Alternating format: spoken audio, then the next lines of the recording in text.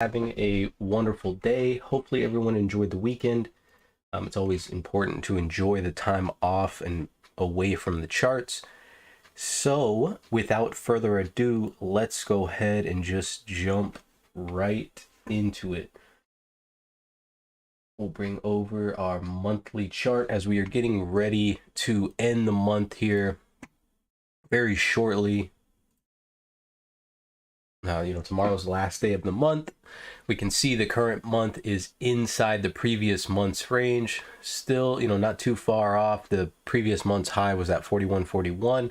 So kind of seems like the target. And then, if we get a close up here above, really above this 4,000, I feel like that's kind of at least a tone setter, a tone changer. So we'll kind of see what happens going from there. But really on a monthly basis, we're just inside the previous month's range.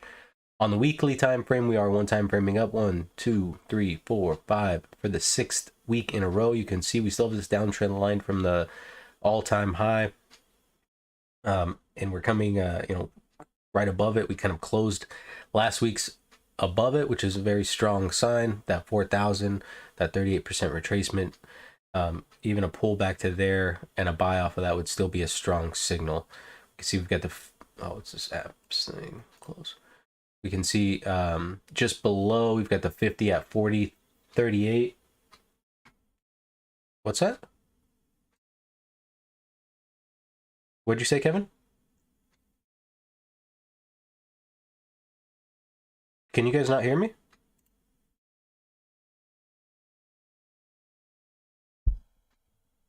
Oh, you guys can't hear me? Okay.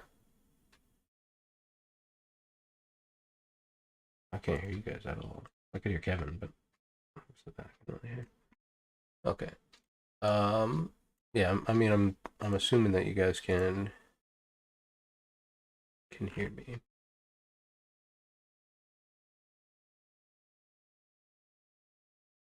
All right. Moving to the daily here, we can see one time framing up for the third day in a row. We kind of got this ugly little balance here, and this is RTH only. But we do have that break of trend, right? Moved up to the top of trend, balanced right above it, and then kind of shot up. A little bit of a tail or kind of a sell-off onto Friday, leading into Friday. Maybe market got a little bit overdone, right? That we had the little pullback at the end of the cash session that we'll go ahead and take a look at here.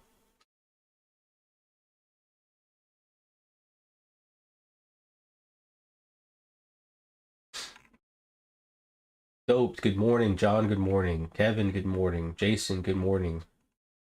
Lecker, good morning. Dad, good morning. John Cia, Jay Clark, how are you guys doing?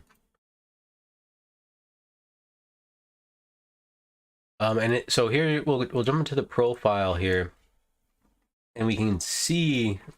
Get rid of this here. We can kind of see here that, Friday was a little bit of up, a little bit of down, a lot of up, and then really came back right to the point of control at the end of the day. So for the most part, a fairly balanced profile with a little bit of weak spots above here. And so that area, that 96 to 4100 probably be a resistance, just because of how it acted before, right? So it was kind of pounding. They finally gave it up. Stops got ran, and then a seller came in, and I didn't see a ton of volume at the end of the day, but what mostly it looked like was, just everybody just liquidating, right? That's what I'm saying. Like the market might have got a little bit ahead of itself and then liquidated, and then as soon as the market opened for Globex yesterday, continuation, and now we're going to be most likely opening up on a gap down. The low was 61.75.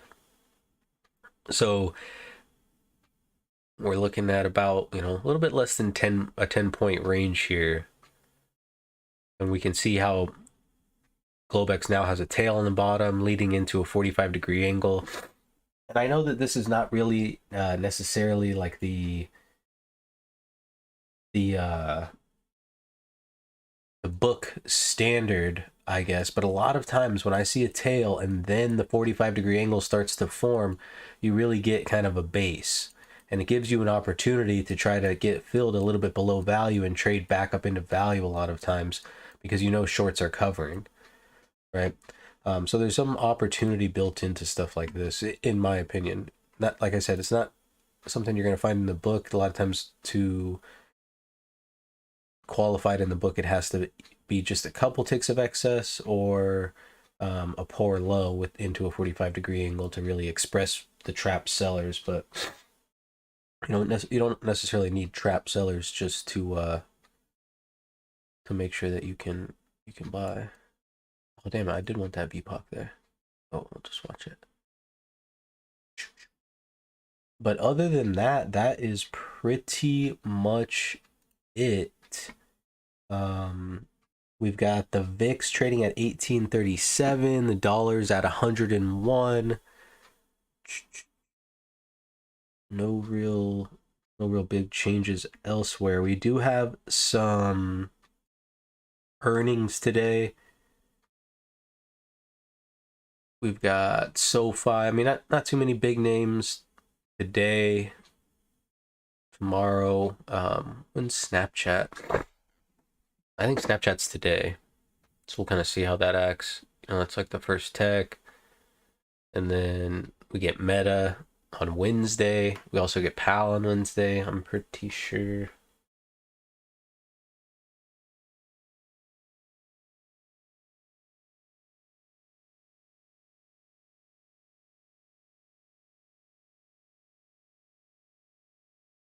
Yeah, Wednesday is Powell.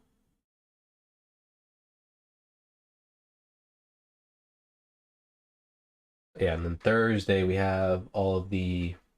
Then Thursday we've got like Amazon and Apple, so should be a good week. AMD, right? We got the bot AMD earnings Tuesday, so expect some volatility in there.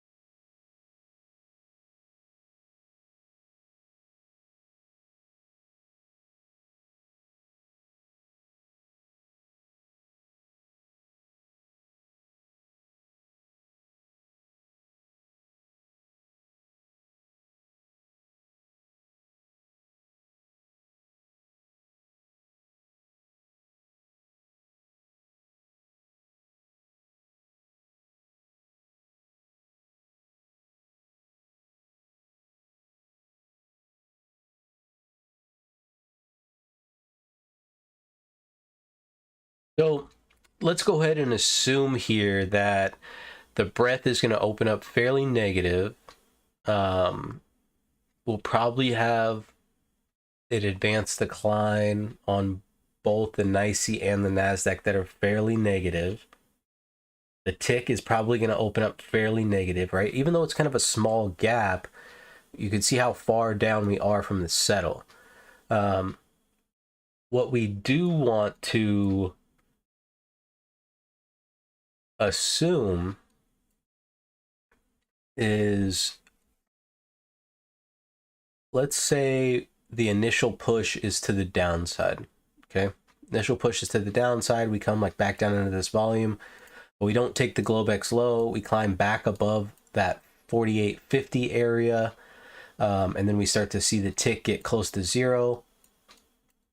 Pop of the open, let's say we open just right here at 54, a pop of the open as that's coming around after a look below, but failure to break the Globex low, pop of the open, that would be a buy. Target would be, oops, terrible line drawer. Target would be the low.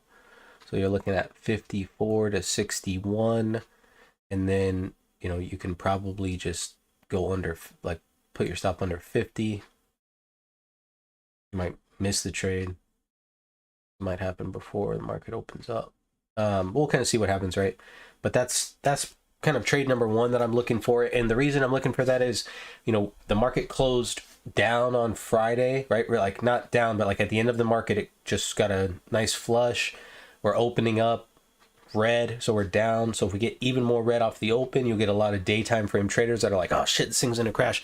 Boom, they'll start piling in short.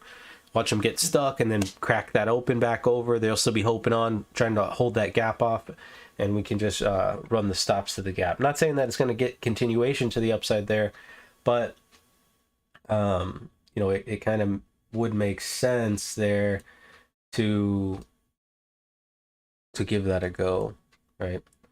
So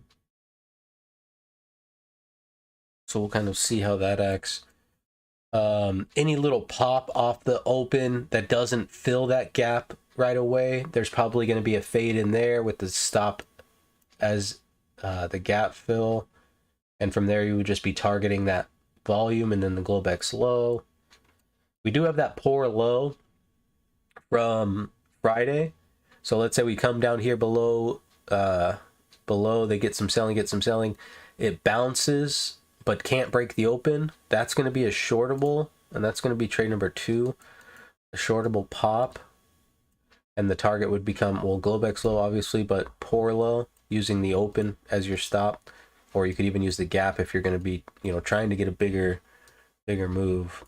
So I mean, it's really not that much of a risk, but you know, definitely an option.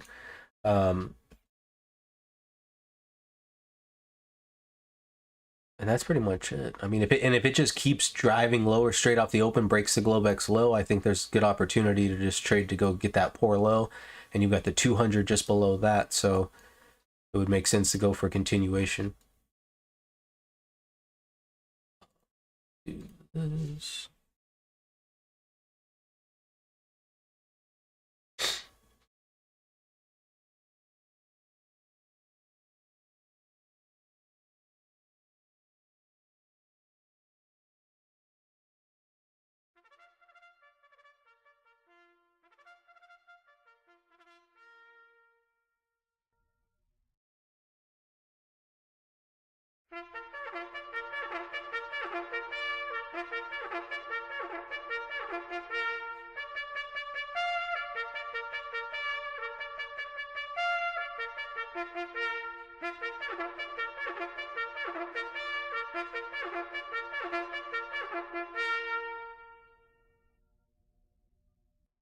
All right. So we've got about 2 minutes until the market opens up. Now is the time to finalize any of your plans. Do what you need to do to be prepared for the open in 2 minutes.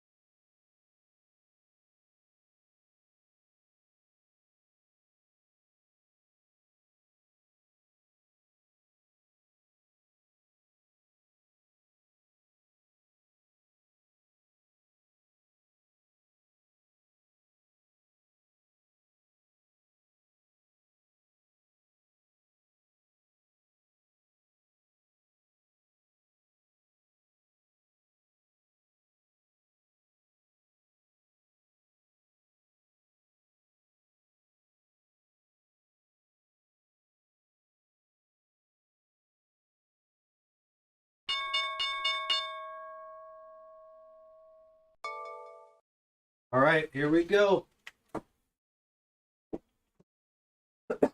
So bounce off of the open, looking to close the gap right away now. Looks like they're gonna snag it. They're trying for it for sure.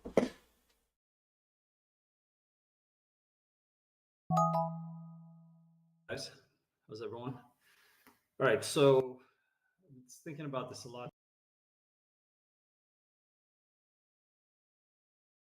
Nice little move here. A lot of volume coming in. Let me double it up.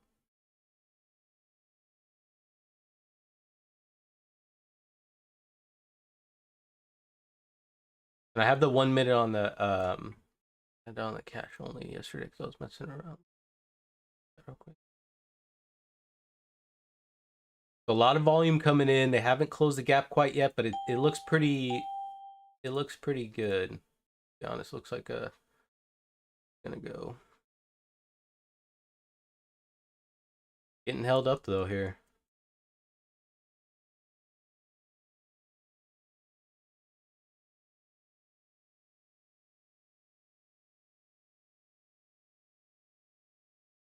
Big buyers just lifting, yeah. Lifting.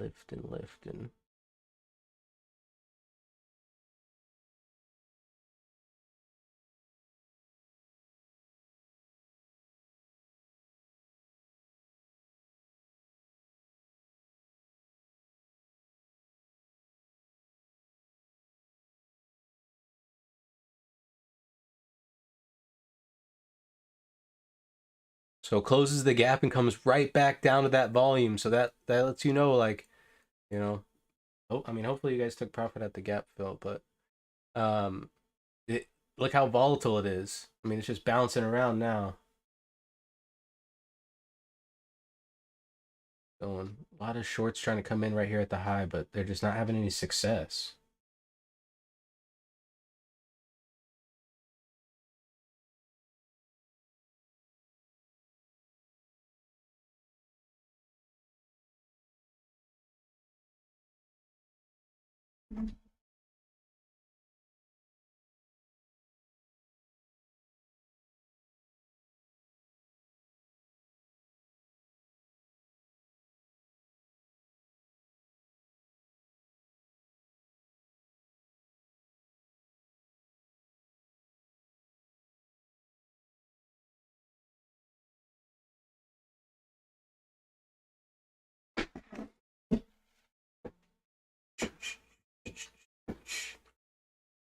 So, I mean, just kind of back and forth up here between yesterday's range and then the volume. So you figure that this volume could be responsive buying, initiative selling, similar to what we had on Friday morning, Roach.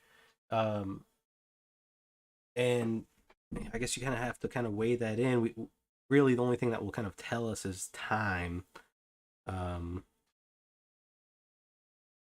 But it does, it does kind of look like it was responsive buying just because we did close that gap after after kind of popping down there. The only thing that's interesting here is that there's not really a ton of volume.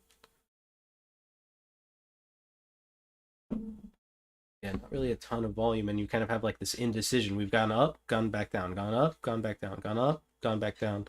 So not really a huge fan. And you've got some weak spots in the profile, so we can kind of assume there's some shorts stuck. And with overnight inventory being 100% net short, we can kind of assume that there's some more, maybe a little bit more,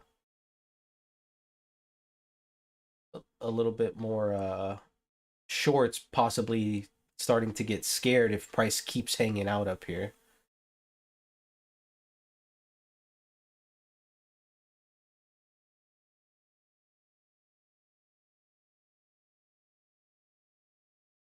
Nasdaq's getting smacked a little bit.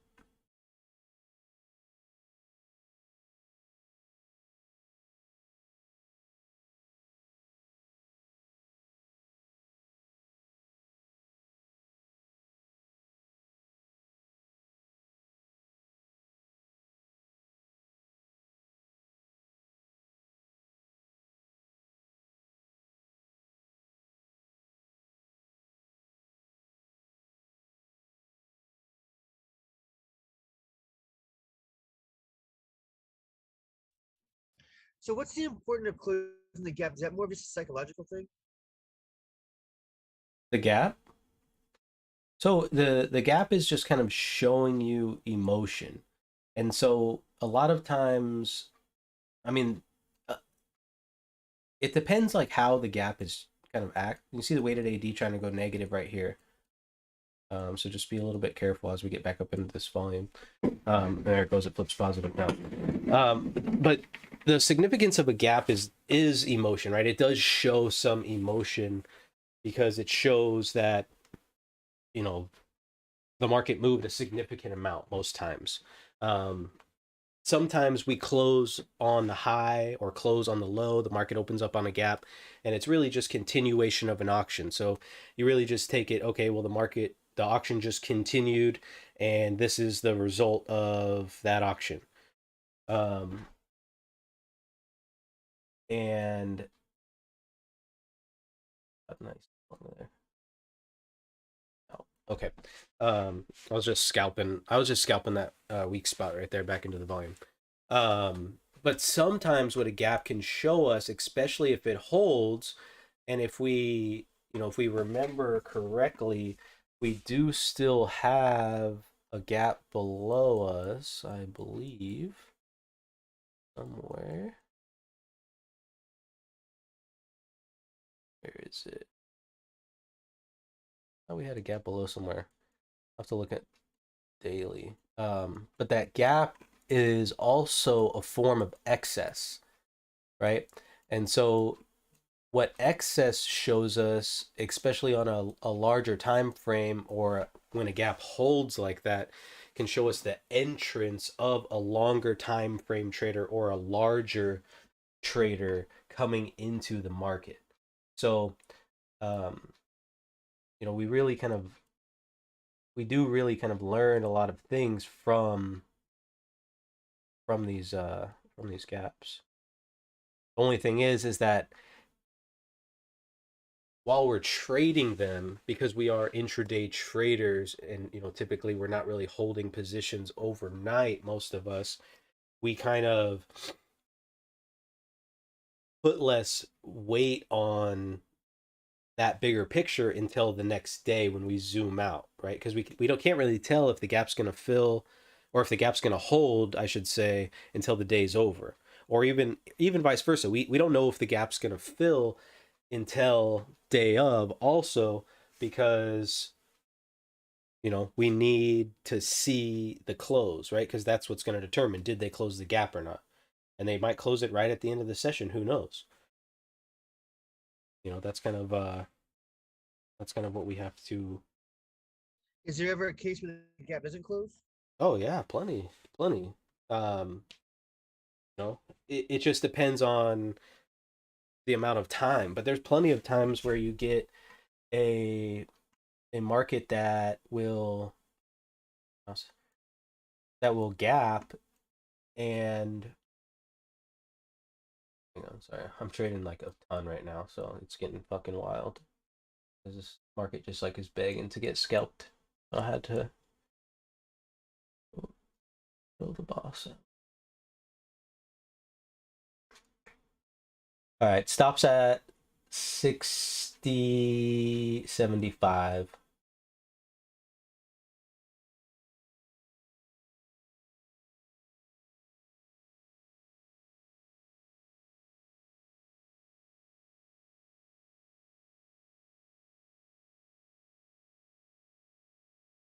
All right, stop to 64 quarter. Tight, getting tight. Oh, didn't get it. I'd have to just flatten out. Looks like it wanted to come back a little bit.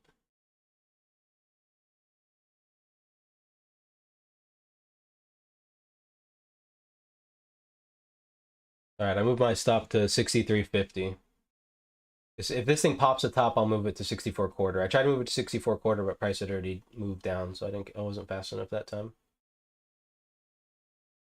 But it looks like it is going to go higher, to be honest. Again, I just don't know how far it wants to come back a little bit. You're just getting a little bit of short covering here. So that kind of makes me think they're being a little scared, some of these buyers. But you're seeing, pretty much everything is green here. The breath obviously negative. Advanced decline negative. Tick is trying to go positive.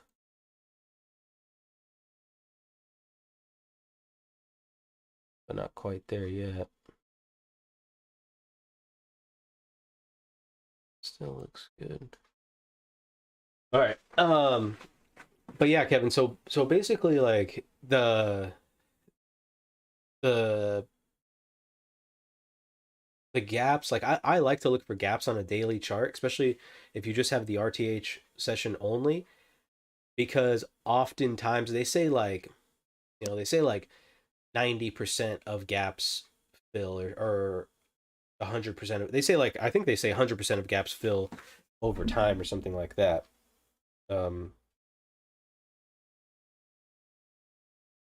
But I wouldn't. Yeah, see, look at, glad we closed up there, huh? Those motherfuckers, they thought they were sneaky. We were on to their shit. Um, but basically, here, let me just pull up a daily chart, kind of show you the way that I trade gaps, and it might be a little bit different than most people because a lot of people I think use gaps to trade maybe into momentum. See if we can find a chart that.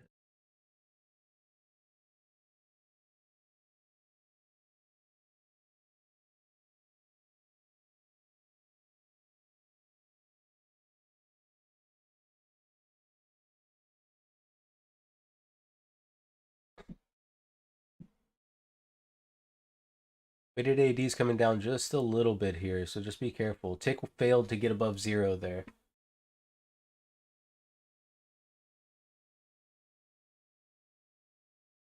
Okay, so here's AMD, right? AMD's got a gap.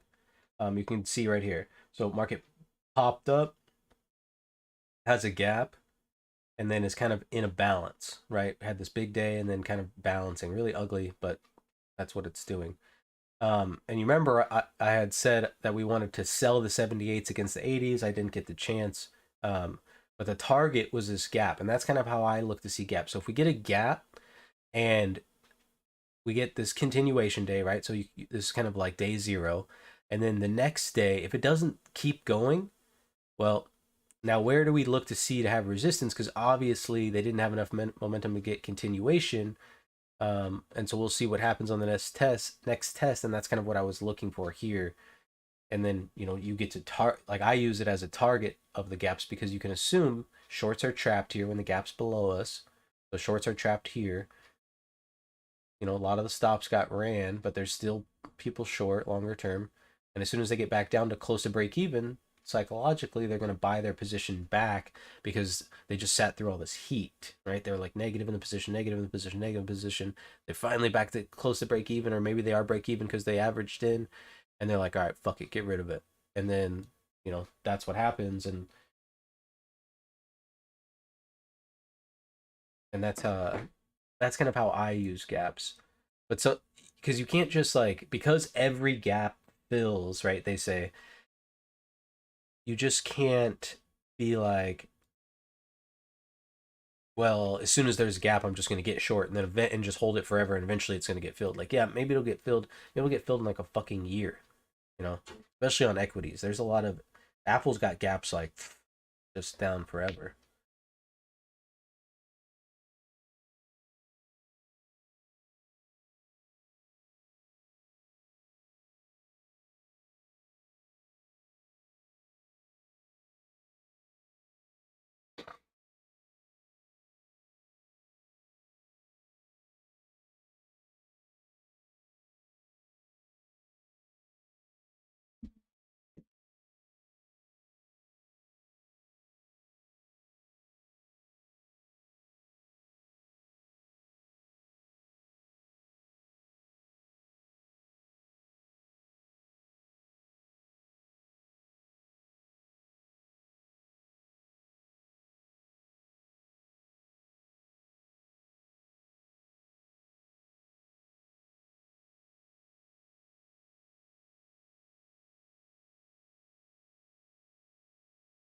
Looking good.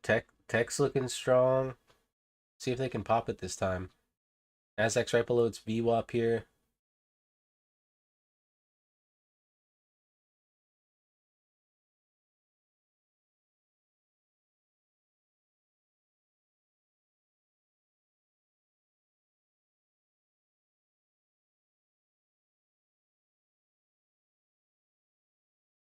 Nice. There's some excess. Let's see if we can get some continuation. Impulse was 66.5.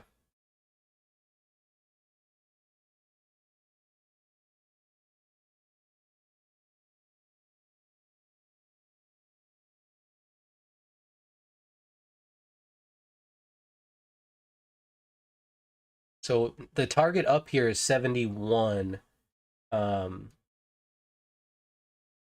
Just because that's value area low. So if we see the market get acceptance inside that value area low, then we can start talking about trading up to the settle and the VPOC up there as well. And then we get a high volume node, or yeah, high volume node 75. So looking at 71 to 75 right now.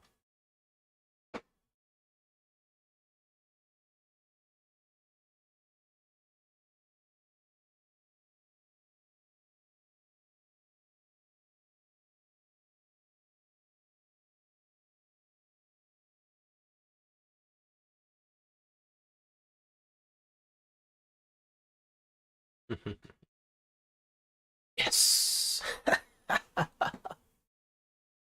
Classic. Classic. Classic.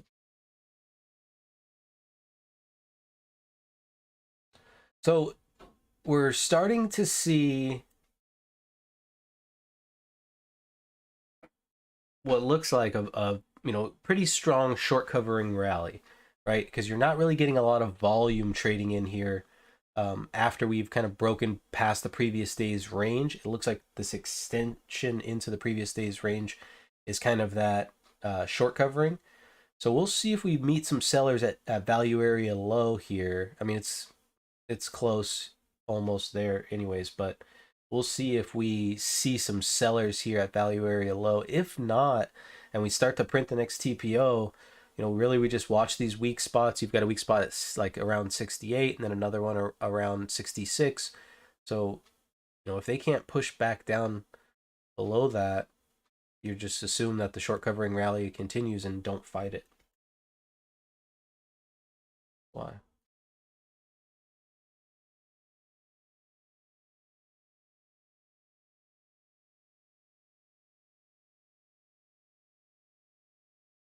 Thoughts in a put? Oh, it just got in a put? And remember, for those of you trading futures, the bot might be acting a little bit different, today and tomorrow because it has earnings coming up tomorrow.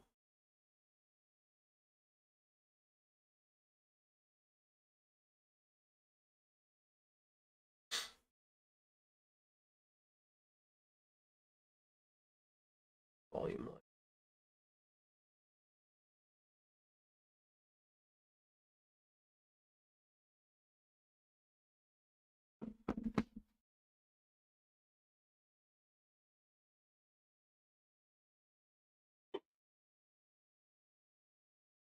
Know how we can do this? Why does it matter that there's earnings tomorrow for the bot call? Well, because earnings causes volatility.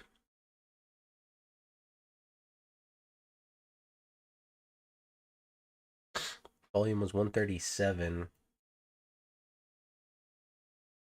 Volume's 119 now. So it's pretty, what do we got? 10 minutes? Yeah, so volume's actually pretty decent, I would say. Yeah, like, so anytime earnings are going to come out, it's going to increase volatility. You know what I mean?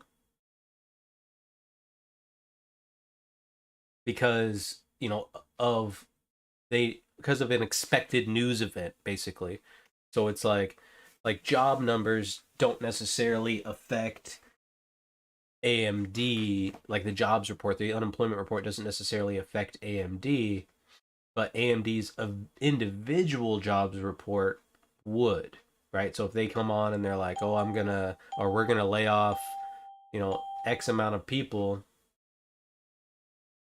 that was a lot of selling at 70 half, and market really hasn't gone anywhere. So, but if they come out, they're gonna, "Oh, we're gonna lay off, fucking everybody," then that can cause some volatility. So, but that might not necessarily affect the market because AMD is not a market driver for the most part. Like sometimes the chip makers do kind of lead the market, but AMD like by itself is not a driver of the market.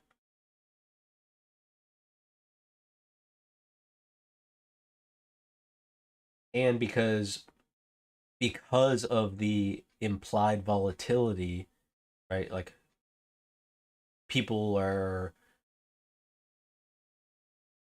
people are more likely to gamble in there. So there's going to be a lot more liquidity and a lot more volatility because of the unknown and people's natural inclination to gamble on shit. And we can look at AMD here in a second and try to find some plays for earnings if you guys want to. I wouldn't mind throwing some money down the drain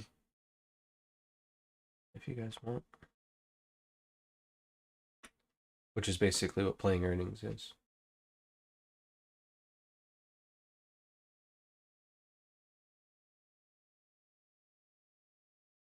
Because you have to remember when news events happen, the market is a lot less likely to respect levels, right? So after the initial, news event kind of wears off, or let's say, then it might go back to respecting levels. But when there's news out, all bets are off. That's why if you're in a trade and a news event comes out and it goes the wrong way and you don't close that thing immediately, and you're like, "Oh, it's gonna hold this level. This is a really strong level." Blah blah blah. That's how people get, fucking bankrupt. That.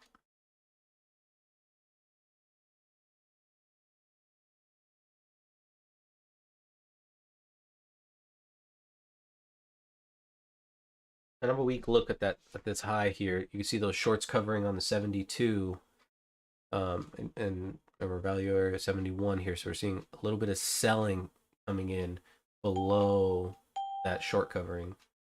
So then you're seeing the sellers come in again, 70 quarter. They were at 70 half last time. 6 back above 0.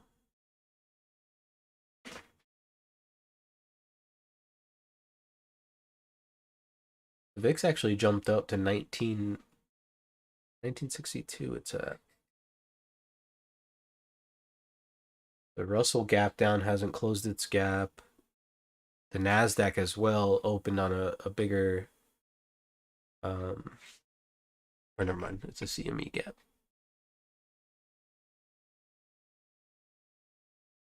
Oh, the Nasdaq didn't even open up on a gap.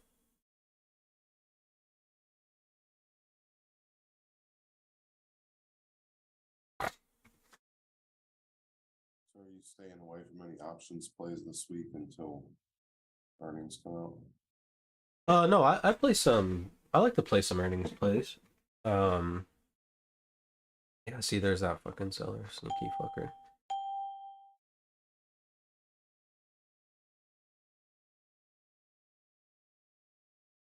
Going on there. Straight to the 50. Little rinse and repeat action right there. Just a liquidation, guys. Big time liquidation. If you don't get any continuation that gets below the VWAP, that's all that was, liquidation.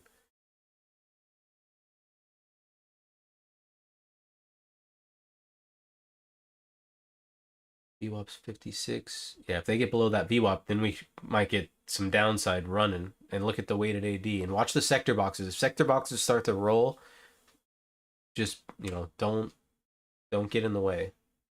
Right? You want to go with when you start seeing this kind of volatility kick in here. That was a lot of volume that just came in the market right there. But like I said, if it doesn't take the VWAP, then it was just pure liquidation, not selling. Seller was up at the high. And so if you think about this, and I'll get back to the options thing 1 second. If we think about this here, so think about this: accumulation, they run stops. Accumulation, they run stops. That was here, they ran stops. Accumulation, they ran stops. Right? Seller came in, right? They started distributing, but they needed more backup. Right? So if they accumulated all the way down here, so what do? They're like, oh, well, all the ones that we bought in here, right? Because they're buying here, buying here, buying here, because they're riding the trend. So they're buying on the flat, right? Buying, right? Because it's technically a pullback, right? So they liquidate to where? To where their boys are at. Their boys show up, boom, where do we come? Right back to that seller and see if he's about that life. You know what I mean? Like, it's like pretty simple when you think about it like that. And then you have easily marked reference points, because we know the 50 SMA is normally like a reset. Like if we just fall to the 50, we normally know it's a liquidation, right? We've kind of deciphered that.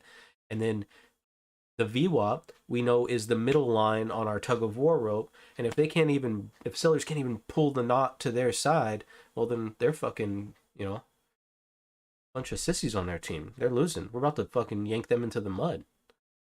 You know what I mean?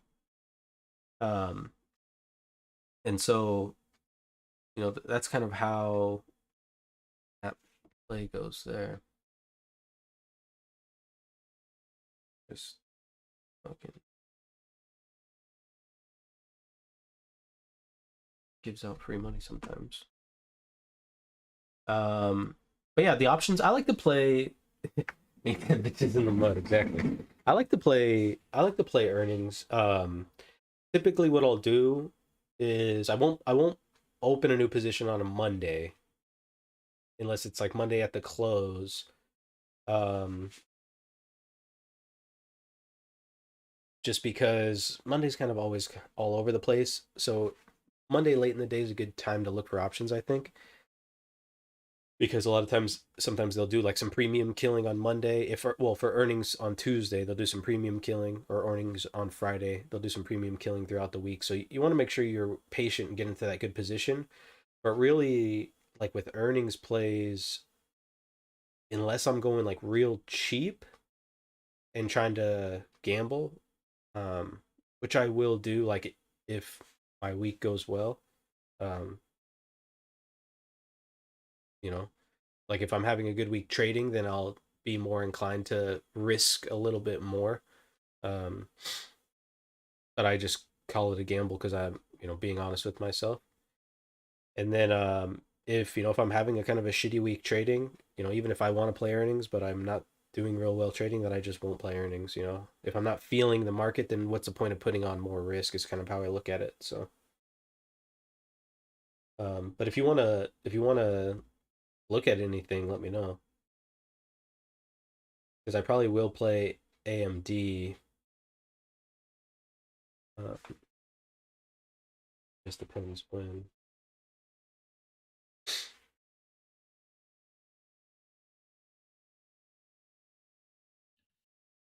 Why do you like to trade AMD? Well, because that's the stock that my uncle's bot runs on, and then, you know, so I just have watched it a lot and looked at a lot of AMD stuff, so I kind of know how it trades. It's, you know, it's like when you trade something a lot or you see something a lot, you're just used to it. It's kind of like that. That's why I trade. Yeah, exactly. I remember Link. Like Link used to trade really nice for a long time, and then, you know, once crypto kind of died out, then Link went back to trading like shit. But for a long time, it traded really nice.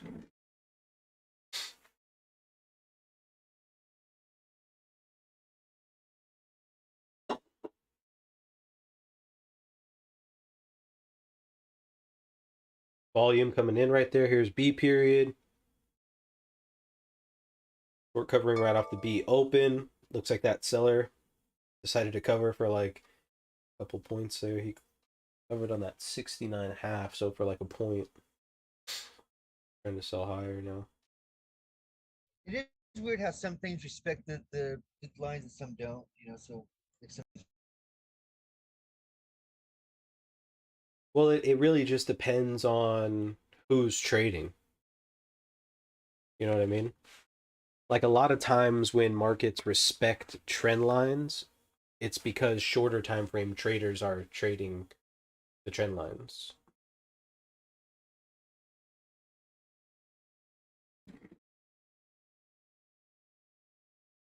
You know, because if you're at a bank, I mean they've got traders buying futures and stuff throughout the day, but that's more hedging their position.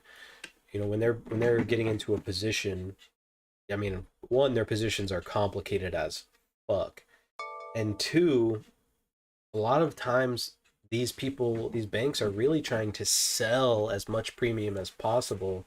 And that's where like John talked about like the call wall and the put wall come from, because they're trying to basically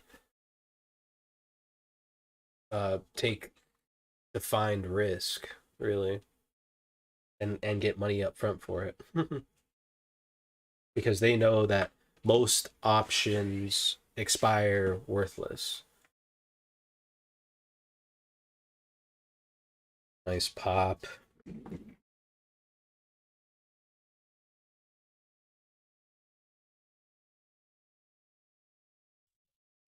got a big group this morning. Do we? Got 18 in the Zoom. Nice. Good, more the merrier.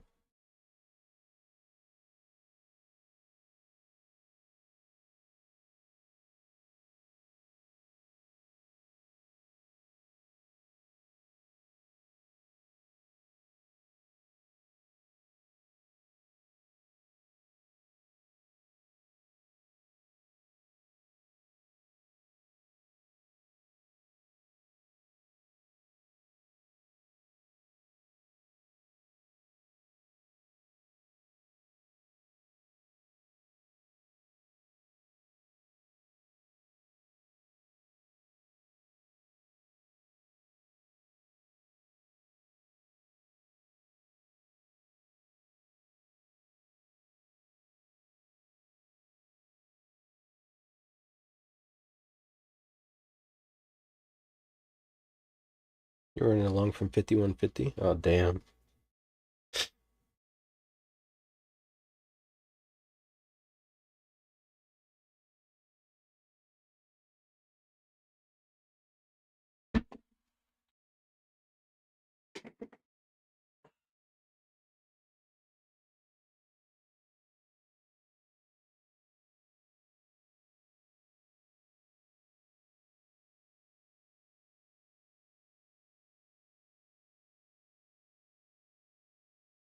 So the market's looking to get accepted inside yesterday's value area, right? This is what we talked about. So we're above the 71. We've got two TPOs now. You're starting to see shorts get stuck down here. And then the next target you've got, well, we already hit that 75, which was the overnight high volume node up here. But that next target really is the prior day's halfback, 79.75. I'm not understanding why it's not showing there. But whatever. The prior day setback 79.75, and then the settle 84. Nasdaq really not kind of bouncing as hard as the ES is, at least. Let's see if it gets going here.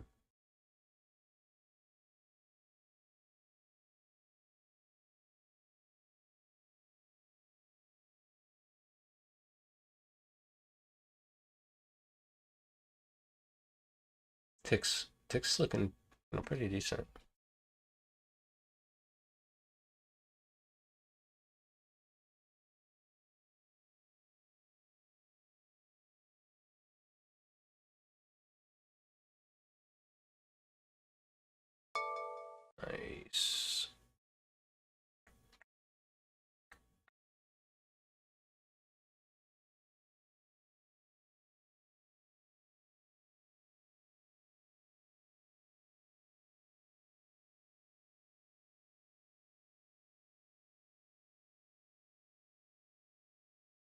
Good way to start the week, guys. Good way to start the week, huh?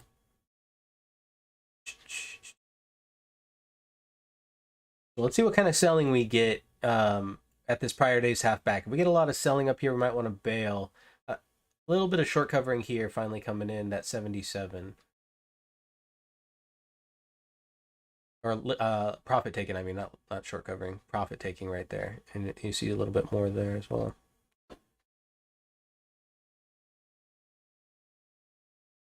So what do we had? 47. So we're about halfway of the range of Friday.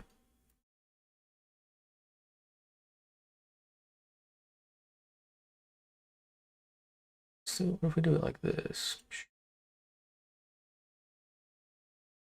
You just kind of see it a little bit easier like this, huh? Or no? When it's zoomed out like this?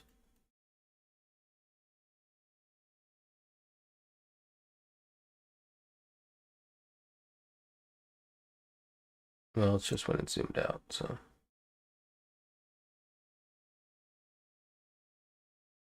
So back above, this is where they took profit here, these longs. So let's see if they buy now. Little selling coming in at the 77 there. Not very aggressive, though.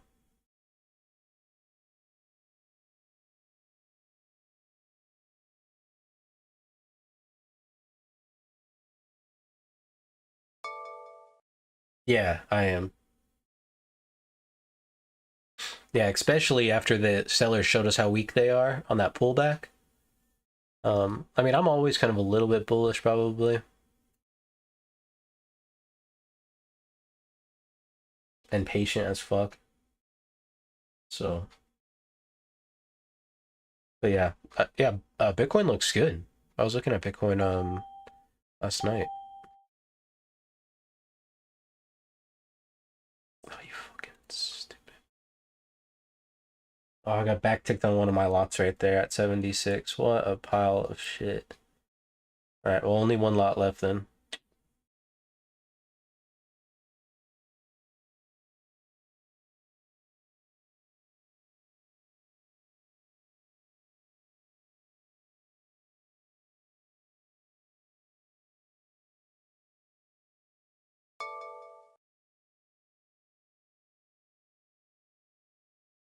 Where did I get in at? 72. 72. Well, I was asking Double R on his Oh. BTC. Oh, my bad. Yeah, we could take No, a look at no, we some read crypto. Yeah, let's look at it. Yeah, let me pop it Very up. exciting. Very exciting. Mhm. The alts are doing great too. Look at all of them, all the top 50 are killing it.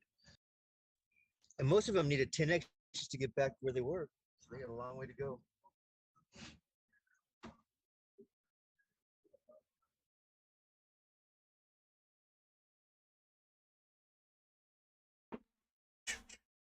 So let's see here.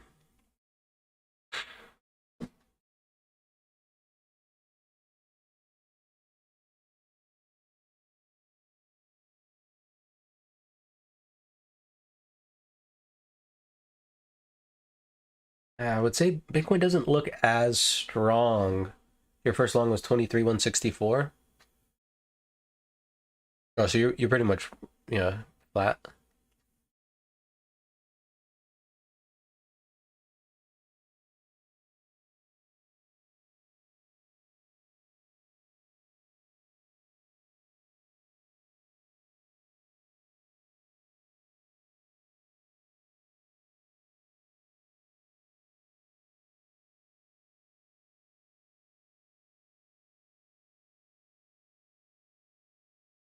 Oh, 23047. Okay, so you're sitting good. Yeah, you got in a nice spot. I would say, like, I mean, as long as the market looks pretty decent, I would say this might be the play just because it's probably lagging a little bit. You know, we kind of mapped out this little buy zone last week. It looked like it worked out pretty good if any of you guys traded it. And then this is just a previous resistance that we've seen before we even came up here from, you know, forever ago, it seems like. But these are previous VPOCs up here, this 24,199 and 24,793. I would say the target on the upside is probably those single prints. 23,335. Maybe the weekly view up.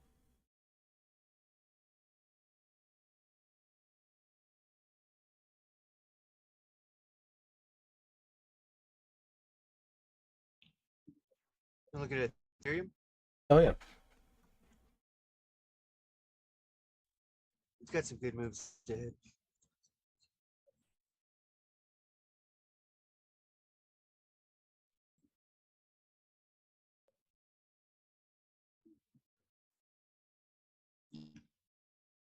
Nasdaq. Nasdaq's just kind of sitting in a balance right above the VWAP.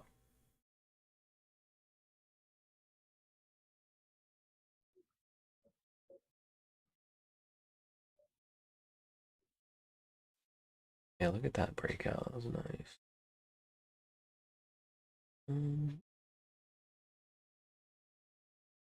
With ETH, I would say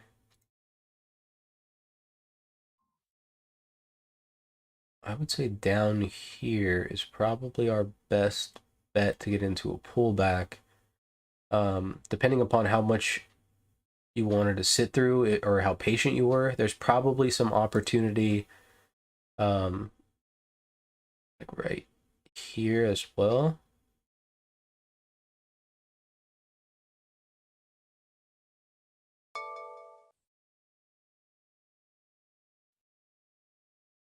I don't really like this one.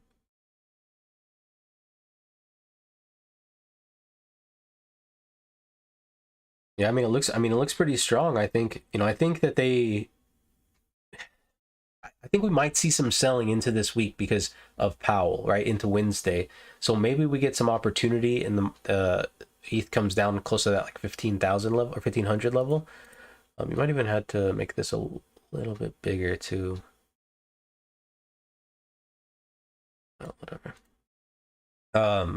Around that 1,500 level, and there might be some opportunity in there to trade it really just back up, you know, into value. You're kind of like in this bracket 15 to 16, almost 17, I guess, but really like this like 15 to 16 because you see it bounces here and then back to 16, doesn't get all the way down, gets a little bit higher. So I mean, if it makes a lower low, you'd want to grab it here. But if the market doesn't show any weakness, right, like if we don't get any selling, then there's going to be no reason to try to fight it, and it'll probably just keep going up. You figure it's just in balance right now. 1, 2, 3, 4, 5, 6, 7, 8, 9, 16 days, right? 16 days, and these single prints have held for 16 days.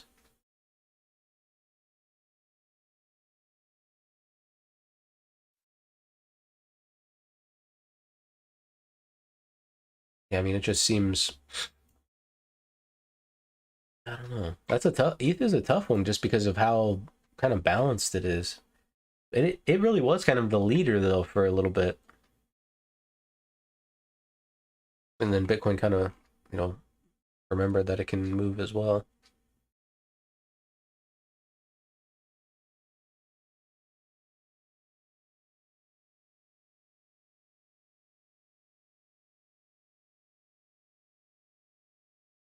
Look, that VPOC shifts up and now price is below it. We've seen this many times. This is when we want to, you know, pay attention. If we can't get back above that 40.75, we're starting to get a ledge, and surprise it's the same spot as that overnight high volume node. But above that, you know, starts to really put the Globex high in consideration, especially if the Nasdaq starts to look good.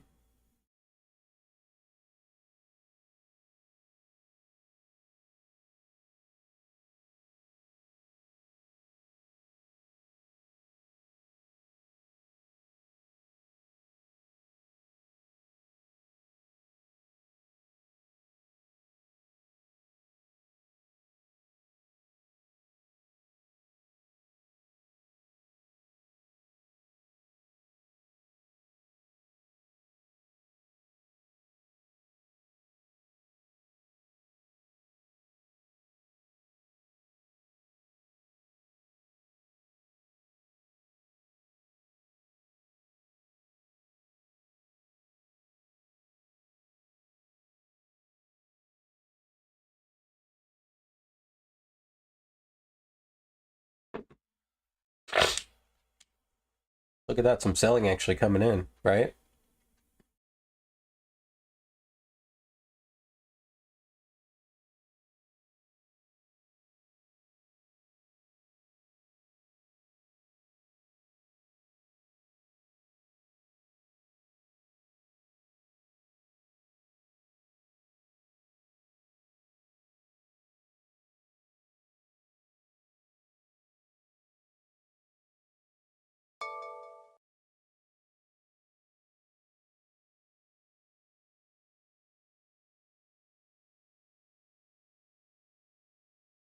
Back to the 50.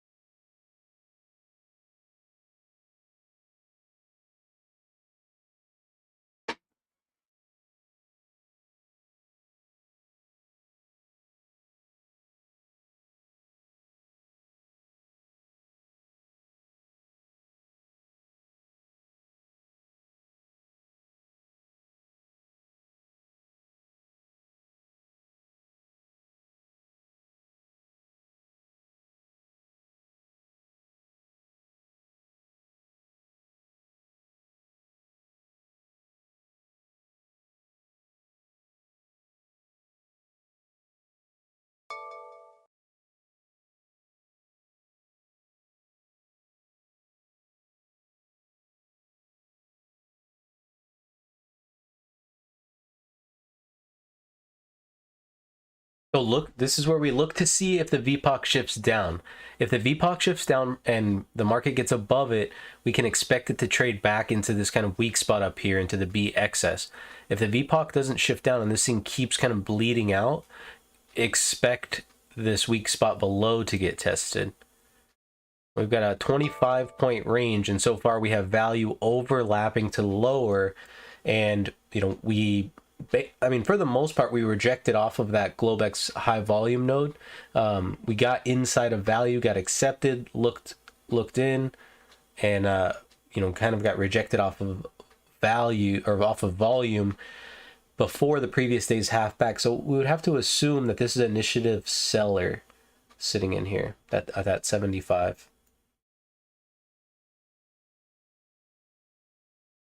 So it's really hard to be buying right now unless you're kind of scalping in on an uptick. But until we see what we need to see, you're basically right in the center of the profile, and the market from this point really could go either way. So the best thing you can do is do nothing, in my opinion, right now.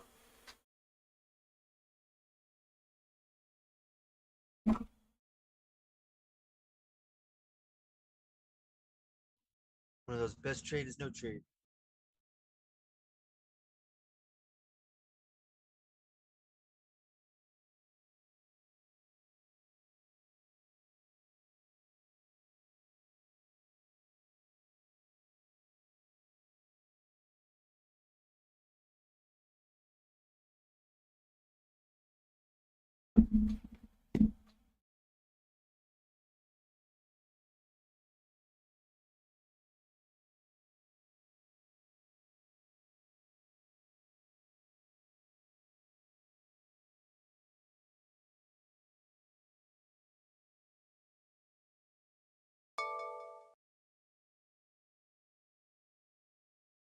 Or it might be getting a little trapped.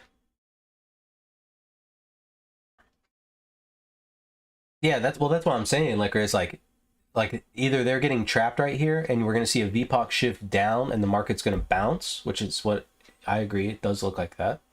But if we don't see that, then all of these longs that are trapping these shorts are short-term frame traded longs, and they're going to get fucking smackaroo-skied, and this thing's going to try to trade below the open.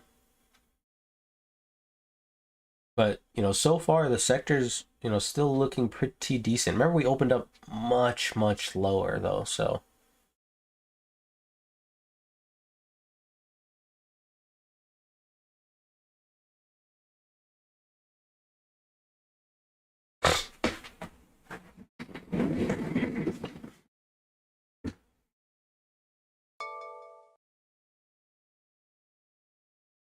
Oh, and I'll go ahead and give you guys my theory for Wednesday now, because I don't know what I'll be doing. I don't know if I'll be able to stream or not as when the meeting comes out. But basically, kind of what I'm expecting is if Powell comes out, he's gonna and they decide 25 is the rate hike.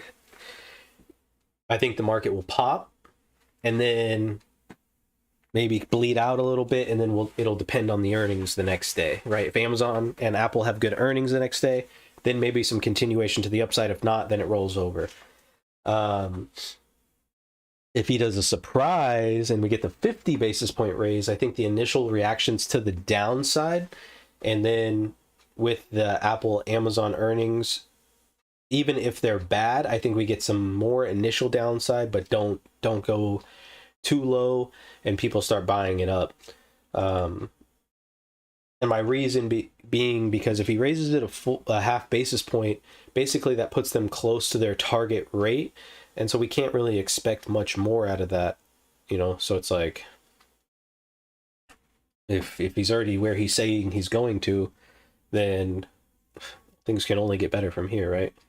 And then the focal point really would start to become the next like PCE and PMI numbers.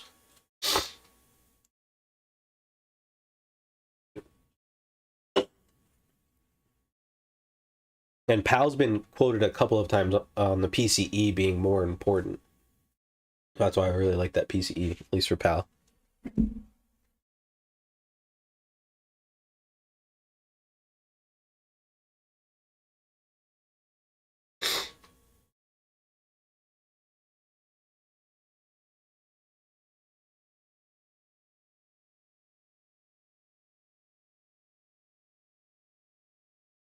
Yep, there it goes. So that's actual selling. They're coming in 64 quarter. They're going to be targeting that 61.75 first, which is that prior day's low.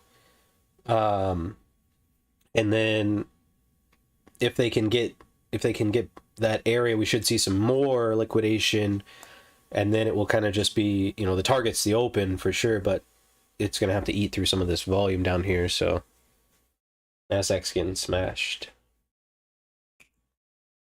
We rode it up and then we rode it down. But let's see if we can get below its VWAP, right? Nice mechanical low here. Failure to get back below that VWAP. That is a weak look, my selling friends.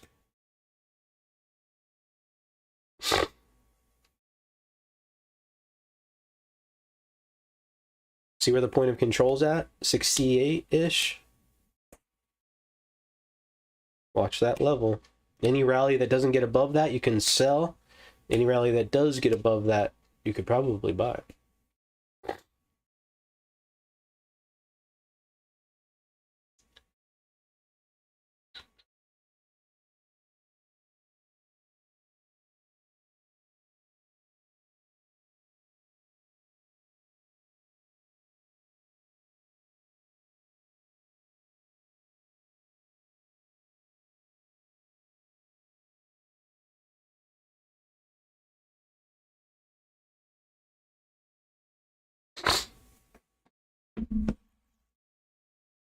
Another look at that mechanical low.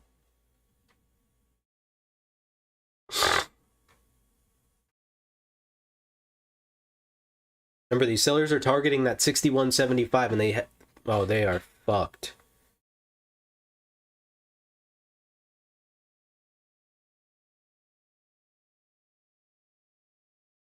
Gets back to volume.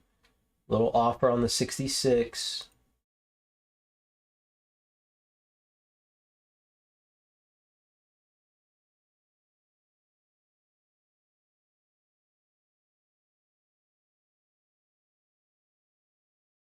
Offer comes in again, 64.5.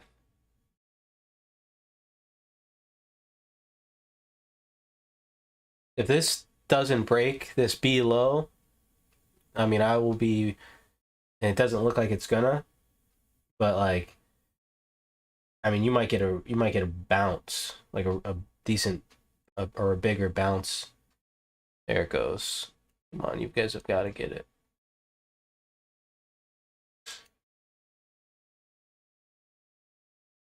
Okay, so they got it. They got it. Okay.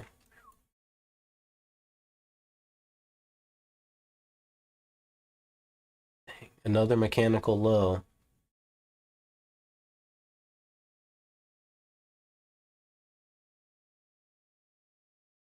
Let's do this. We got 4 minutes. Let's wait till C period opens up. We'll see what C period, lets us know. And then we'll kind of go from there. Sellers are trying to come in down here at the low, but kind of not doing a great job. There they go.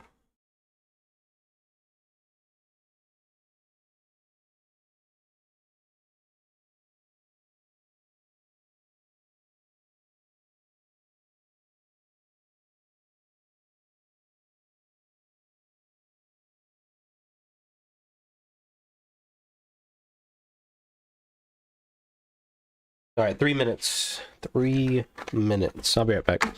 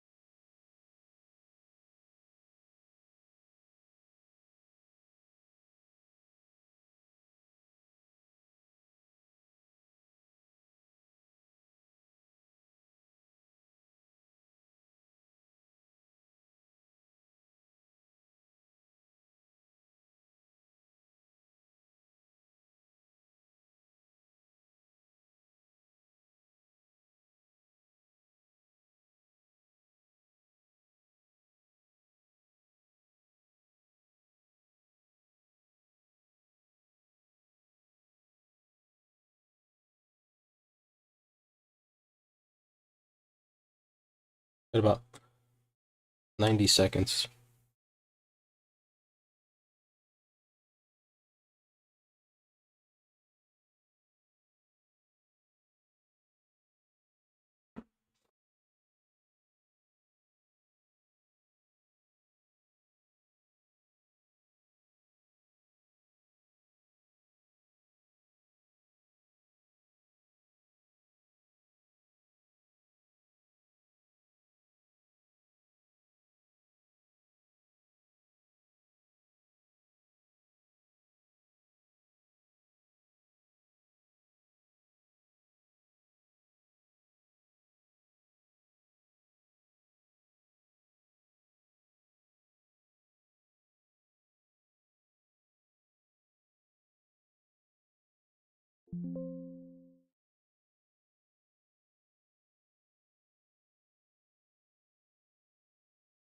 Thirty seconds.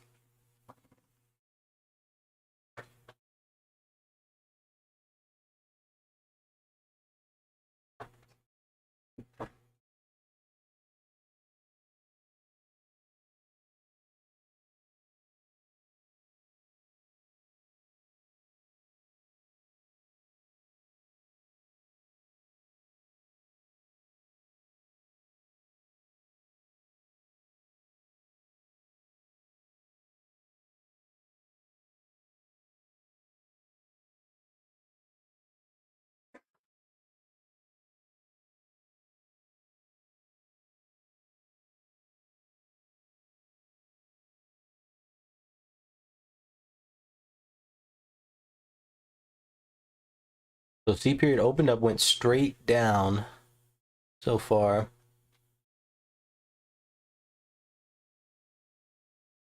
Failure to take this 61.75 is like, and I mean, the B period bounced pretty decently off of that failure to take the open. Short covering was on this 59.5.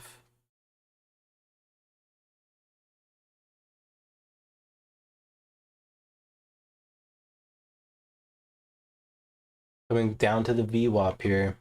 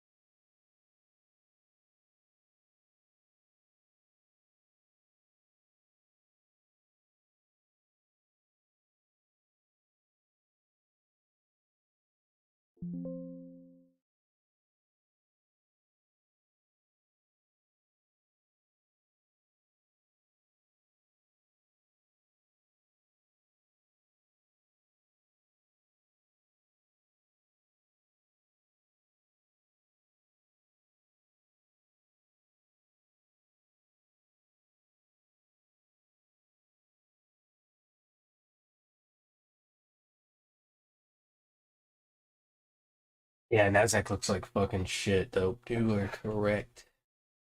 The ES isn't looking very strong either. I mean, you know, it's basically just kind of flat.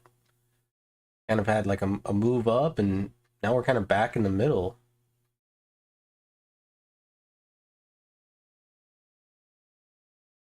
I don't think all of the buyers have ran for the hills yet.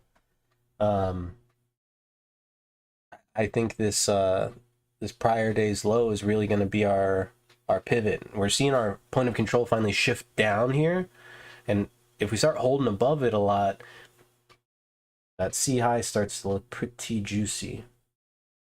Especially if the Nasdaq can start to, get its shit together. But you can see like the sectors here, weighted AD is about to go negative. Sectors here, starting to kind of die out. Healthcare. Healthcare doesn't look that strong either. Still holding its downtrend.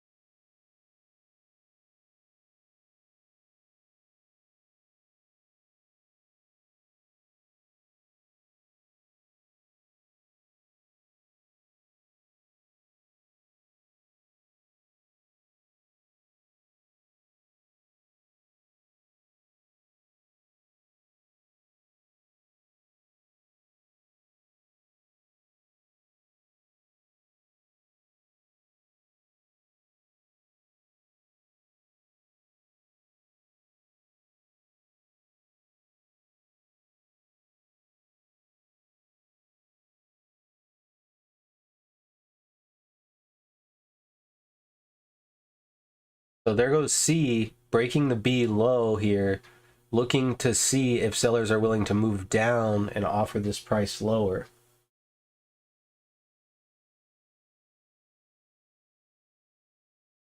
Weighted AD's flipping negative. Look at tech is just getting hammered. The Nasdaq is getting massacred.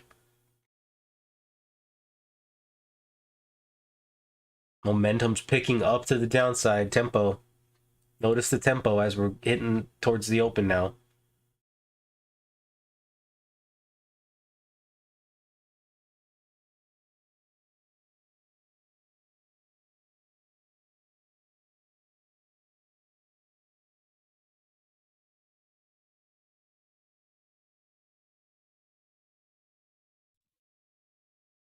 Is anyone in the short?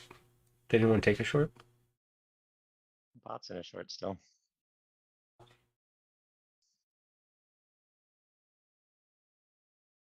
There's some short covering going on right here. Do I have audio? Can you hear me? Yeah, I can hear you. Yeah. Okay. Just Yeah, the making bot's sure. in the short.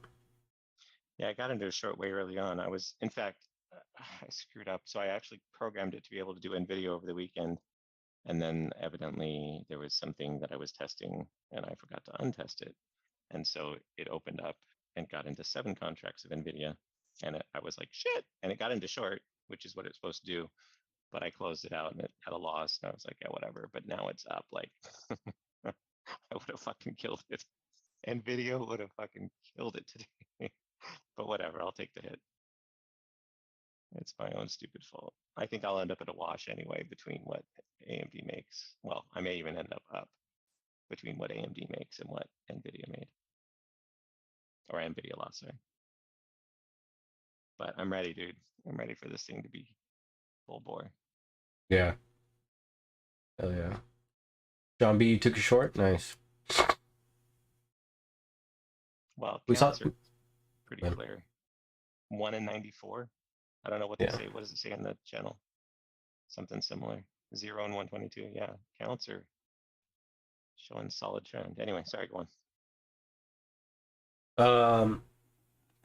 No, I was just gonna say that 56 level we saw short covering there, and then we see a reoffer kind of right below it there at the 55. So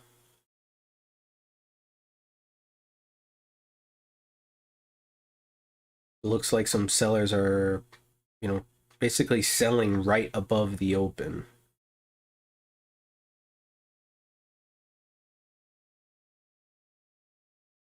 A little bit of absorption here.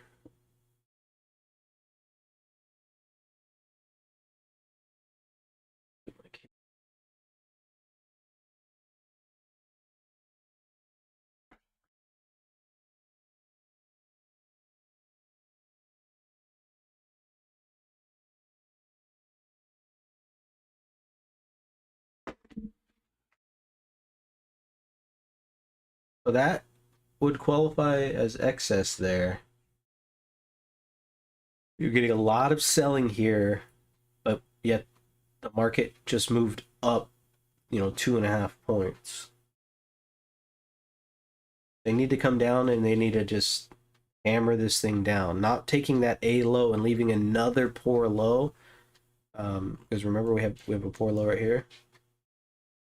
Would be a fairly decent sign of weakness from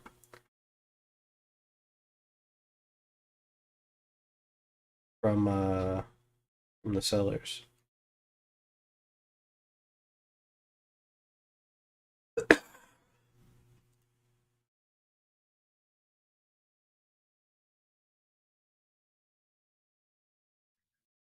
Let's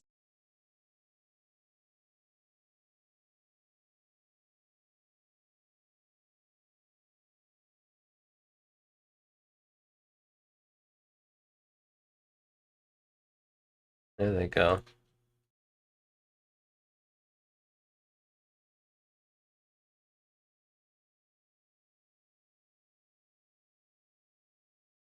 Where do you think they're headed? My next zone down is 45 to 42.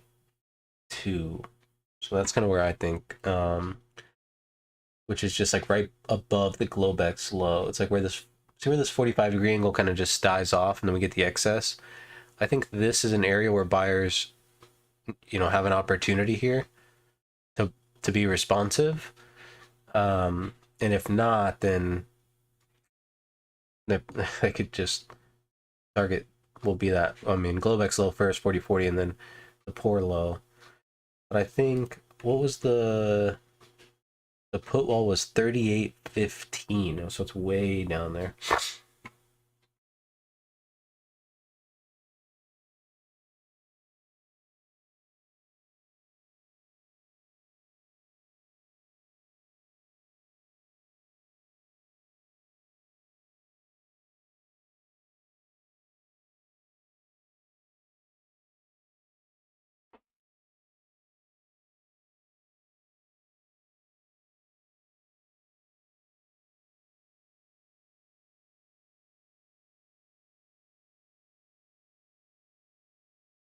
Weighted AD still going.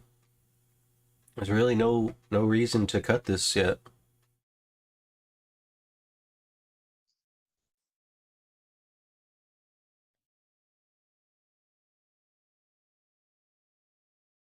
What I would like to see, though, I would like to see that tick, kind of smack that 1,000. Let me know that you guys are out there, smacking the bid.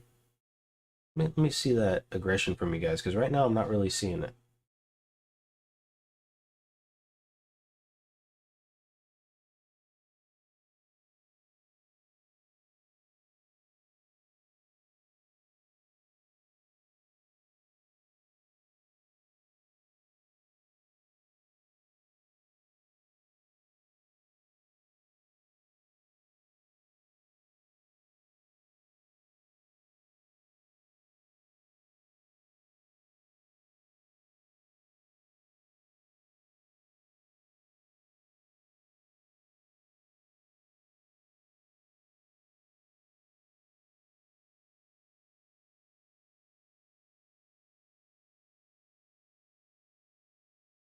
Wow, the weighted AD is just barely going negative.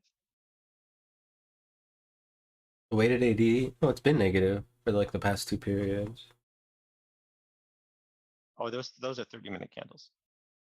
These are 5-minute candles. Like this is like, Oh, so then yeah, isn't that? past 10 minutes. Oh, it's negative because it's been on its way down. I see what you're saying. Oh yeah, it's been on its way down since 10 o'clock, since B Right. period opened up pretty much.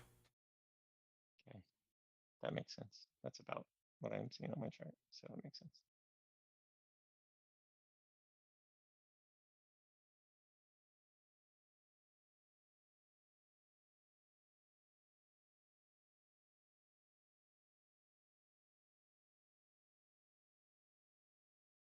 Wow. It sure is. It's definitely going to make it to 45. That's for sure. Yeah, it seems like it will. It's starting to get a little bit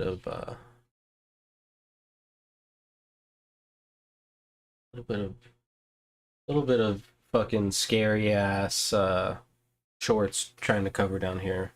Like little bitches. Yeah. I think that's what you're trying to say, or what you were saying. Mhm. Sorry. Where'd you get short at, John B?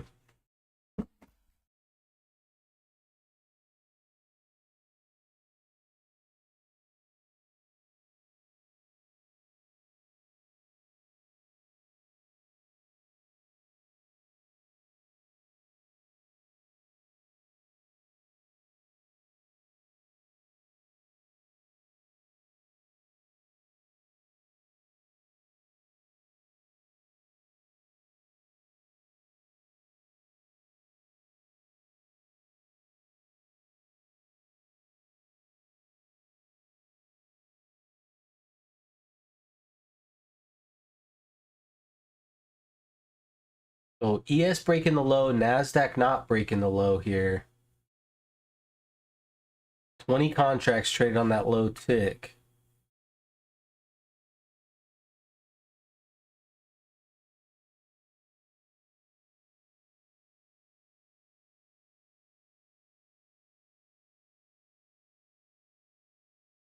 Weighted AD still going negative. Tech is just getting hammered. Look at Tech went from like being positive 10.10 and then fucking negative 0.6. You got short at the C high? Beast. Yeah, I think I got short at 60. Well, there's a couple different spots, but right around 60 basically.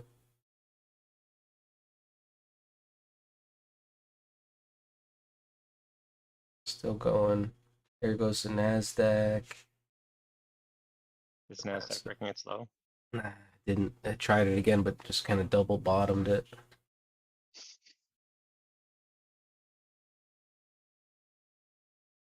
Yes, tried right there, and it didn't quite make it to the low again. Yeah, and we're actually getting some volume now here on the ES coming in low. Selling coming in pretty strong. I won't mind.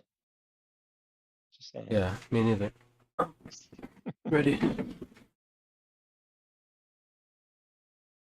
Oh, you got short 61? Yeah, you just had to not touch it, John. That's it. Just sit there, sit on your hands, let the market do what it's telling you it's gonna do.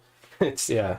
I agree. It has been a frustrating short because like I've been like, oh, should I close it? Should I close it?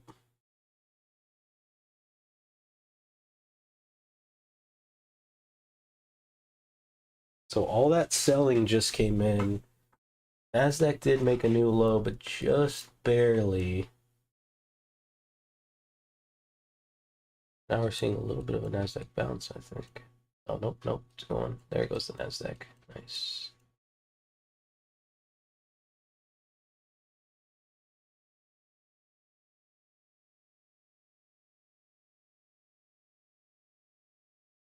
Come on, Nasdaq. Do what you do.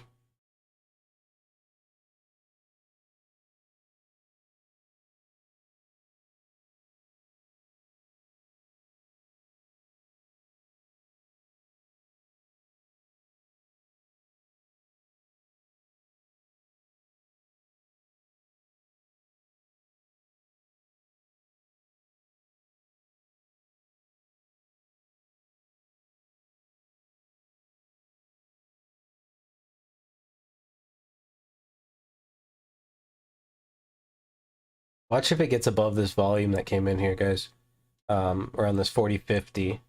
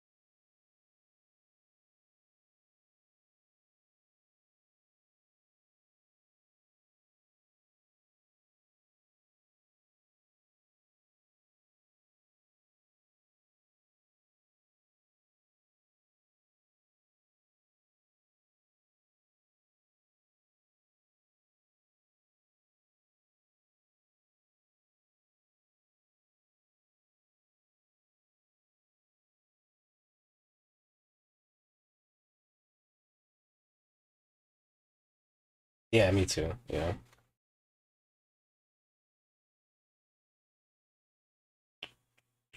Damn, I should have just reversed. I wanted to buy a little bit lower. You know what? That was a fucking mistake by me. Let's see if we come back up to like the 56, 58 level. That was that offer, right? It was 58? Yeah, it's a 158.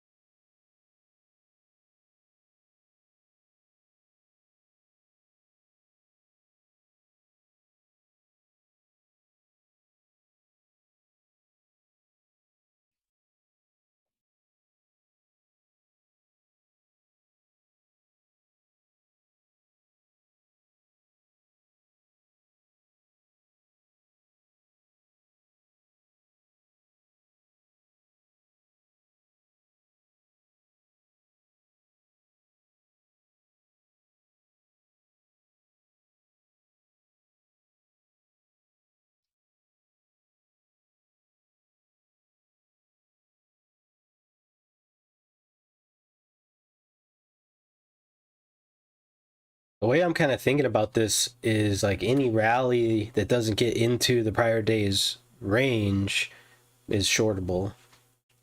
I feel like so shortable down to like that 50, and then the 50 is where all this kind of back and forth is going on, and so it's kind of like a we're excess below it. Are they going to get back above the open and hold? Go above the open. Mm-hmm.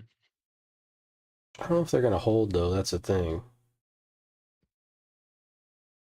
Because I want to see them get above like the like that 61.75, like back inside the prior day's range and hold. The open to me is kind of just it's kind of more or less just a mechanical use at this point today. We just made a lower high and then rolled over. So sell the rally.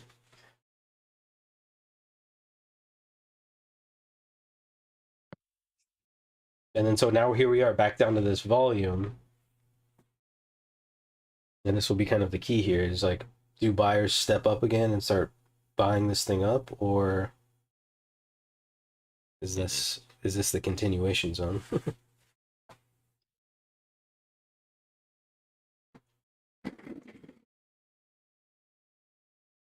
That was at 10:53.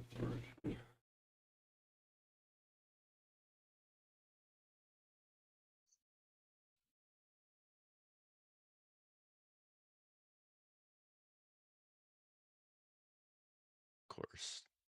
Don't fail me. Did you get on at the open, Jen? No, I didn't get on at the open. I got on when it was starting to come down. It was at like 68. Mm-hmm. Whenever I got on. Just sensed you. Like, oh, Jared, perfect timing. Jared, We're actually on our way. You want to play? Time to short. Jump on. Short it. Are you reading off footprint, or what is that? Or what chart is that on the big window? This is the TPO, Zach B. So it shows us volume and value.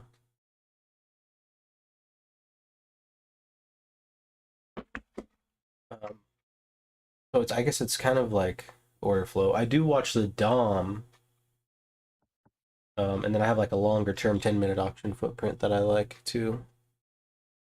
But on the screen is just the TPO. But all that information that I'm giving can be accessed directly from the TPO as well. Like, you don't need any of those other charts, and I actually recommend against those other charts. So we just made a higher low. So we made a lower high and a higher low. So now we have kind of a squeeze situation right here, a little battle from like 56 to 48. So you're in like kind of a tight little range. So if it pops the 58, look for the VWAP to get tested, and then that will kind of tell us, you know, what's going to happen if we can short, or if we want to just kind of chill out for a second. But you know, and I actually recommend only using the TPO until you get a understanding of how value works, and then you can start adding things like the DOM and the footprint to, you know, help you. But really, I mean, everything you need is right here on this screen.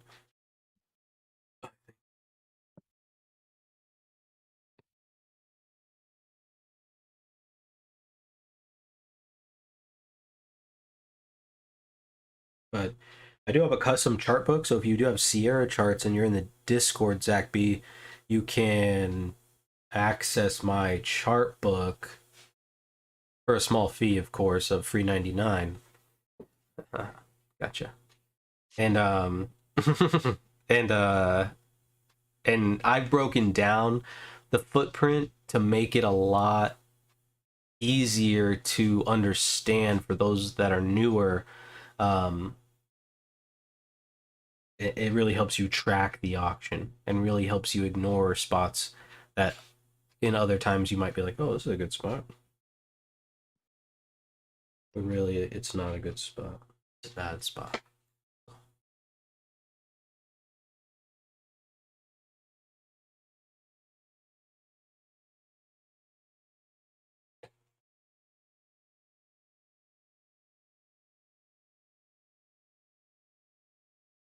Gonna take my medicine.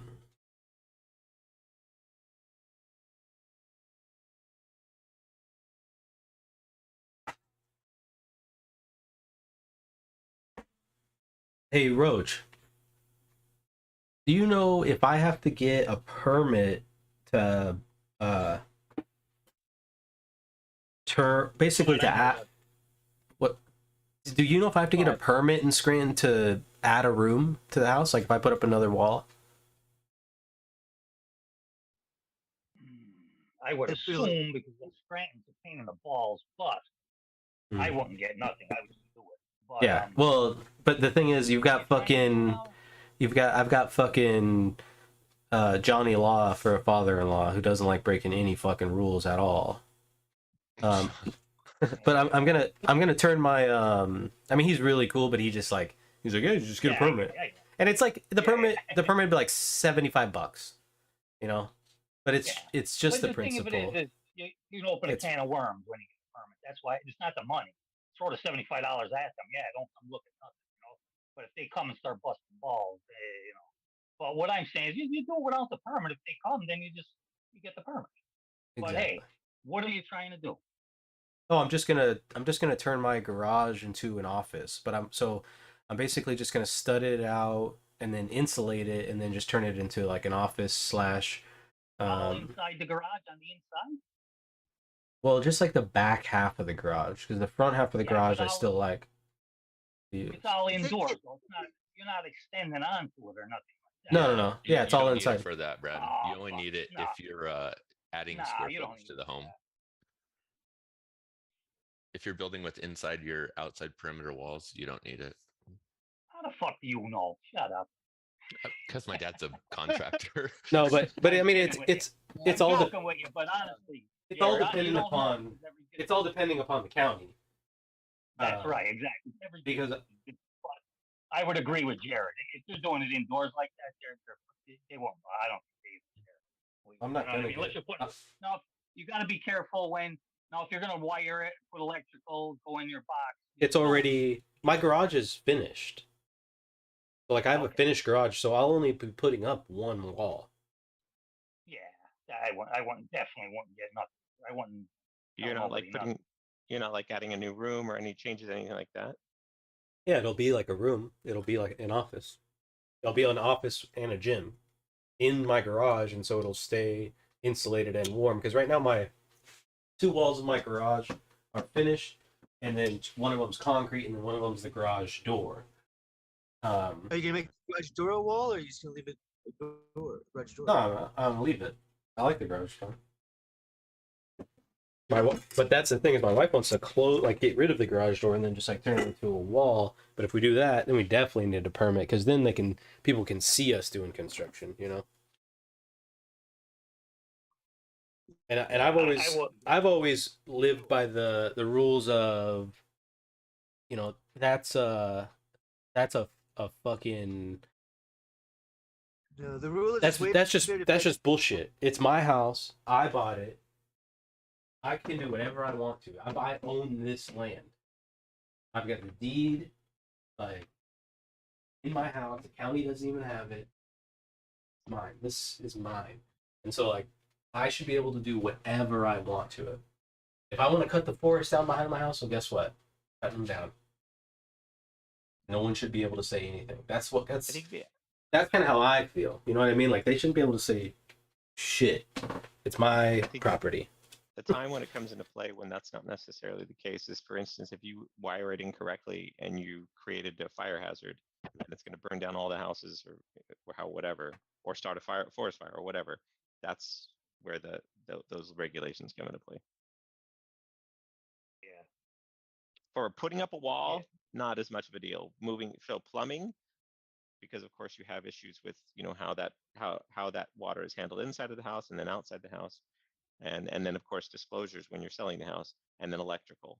Putting up a wall, I don't think there's any, I doubt very seriously anyone's going to give you any grief for saying anything about it, other than potentially you have to put fire breaks in. But the thing is like, I've got to pay some dickhead who has the easiest job in the world, surveyors. There's a fucking, it's just a joke. To come back check my work and decide if he thinks that it's good enough or not. And because there is some people that come out for these things that, like, they just don't like certain people, and they're just like, nope. 'Cause I remember when I worked construction, we'd have people come out to the job site. As you dig the footings, you've got to come have someone check the footings, and you build the frame. They got to check. You guys know how it goes. It's every fucking step. These guys got to come out and back check you, and it's like, it's just insanity. Yeah, the inspectors. You got to tell them your last name's Ruddy. You'll be okay. In Scranton. I'm gonna tell them my last name is DeNaples. Yeah, oh yeah, that's good. If you knew you were going to live in Scranton, you should have took your wife's last name, Ruddy. You'd be better off. Yeah. Kids and everything. But yeah, I agree with you. It's all about the inspector just justifying his job. You know what I mean? If he doesn't pretend he knows something, then we're good as he. You don't need him. Sometimes a lot of them dude, are okay. when I was buying my house, the home inspector came out and he's like, "Oh yeah, there's termite damage." I'm like, "Where the fuck is termite damage?" And he tried to say that the back door frame on the outside has termite damage because it's kind of rotted at the bottom of the frame because it never gets any sun ever, because we have a deck that's like really, it's on the second story of the house, so it kind of blocks the sun from there. And I'm like, that's water damage. And he's like, no. And so he reported termite damage, and then we had to pay like $1,000 or like, I think it was like $1,400 for a fucking termite inspector to come treat the house. All because some dickhead. He's in cahoots with the termite guy. Exactly. He's like, yeah, you're probably gonna have to have this in check. He's like, no, I swear to God, I think he was, because he was like, but I know a guy, and he recommended me somebody, and I was like, no, fuck that. I'm definitely not going with that guy. So I went and got it done by somebody else, but that shit pissed me off. Yeah, and he probably is. Yeah, he probably was. It's probably his and fucking. Jared, it's probably his Jared, fucking you're brother-in-law. probably right. I'm only busting your balls. I was only busting your balls, but you're probably right about the square footage and everything. But I was just kidding. But no, your Little uncle guy. brings up a good point too. Little guy. It all depends on how you did it too. Like, obviously, if you needed to, say you were going to put a jacuzzi in the backside of it and you needed to reroute your 220 or whatever, then there's some other codes that you're going to have to get around. But just to build an interior wall, just to stud it and then drywall it. I put an in-ground pool in. I put a pool house up, shed, everything. I never got a permit, none of it. Never got inspected. 120, 121. What'd you dig the pool with? My buddy, I put an in-ground pool in. Nice. I owned a skidster back then, so I did a lot of the work, and he put the pool in for me. I put a porch on his house, like we worked out a deal. Everything. Nice. Dude, I love running a skid steer. It's so fun. What's up, Jared? Were you quoting? I'm sorry, Kevin. Were you quoting Mr. Mom? Yeah. 120, whatever. 120, 121, whatever it takes. Whatever it takes. Yeah. I heard that. I was like, wait, I know that quote. There was another quote that was like that too, when somebody got shot and they're like, what was it? 44, 45? It's like 44, 45, whatever it took. Whatever it takes. Yeah. That movie was hilarious. It's one of my all-time favorites. That was great.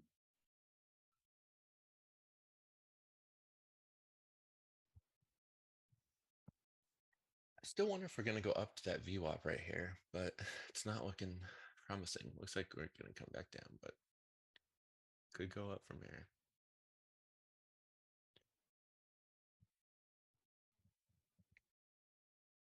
Looks like we might be running out of supply on the low. The overnight low has excess, and it short covering happened right in the like T2 profile in the same spot. So that's what I'm looking at.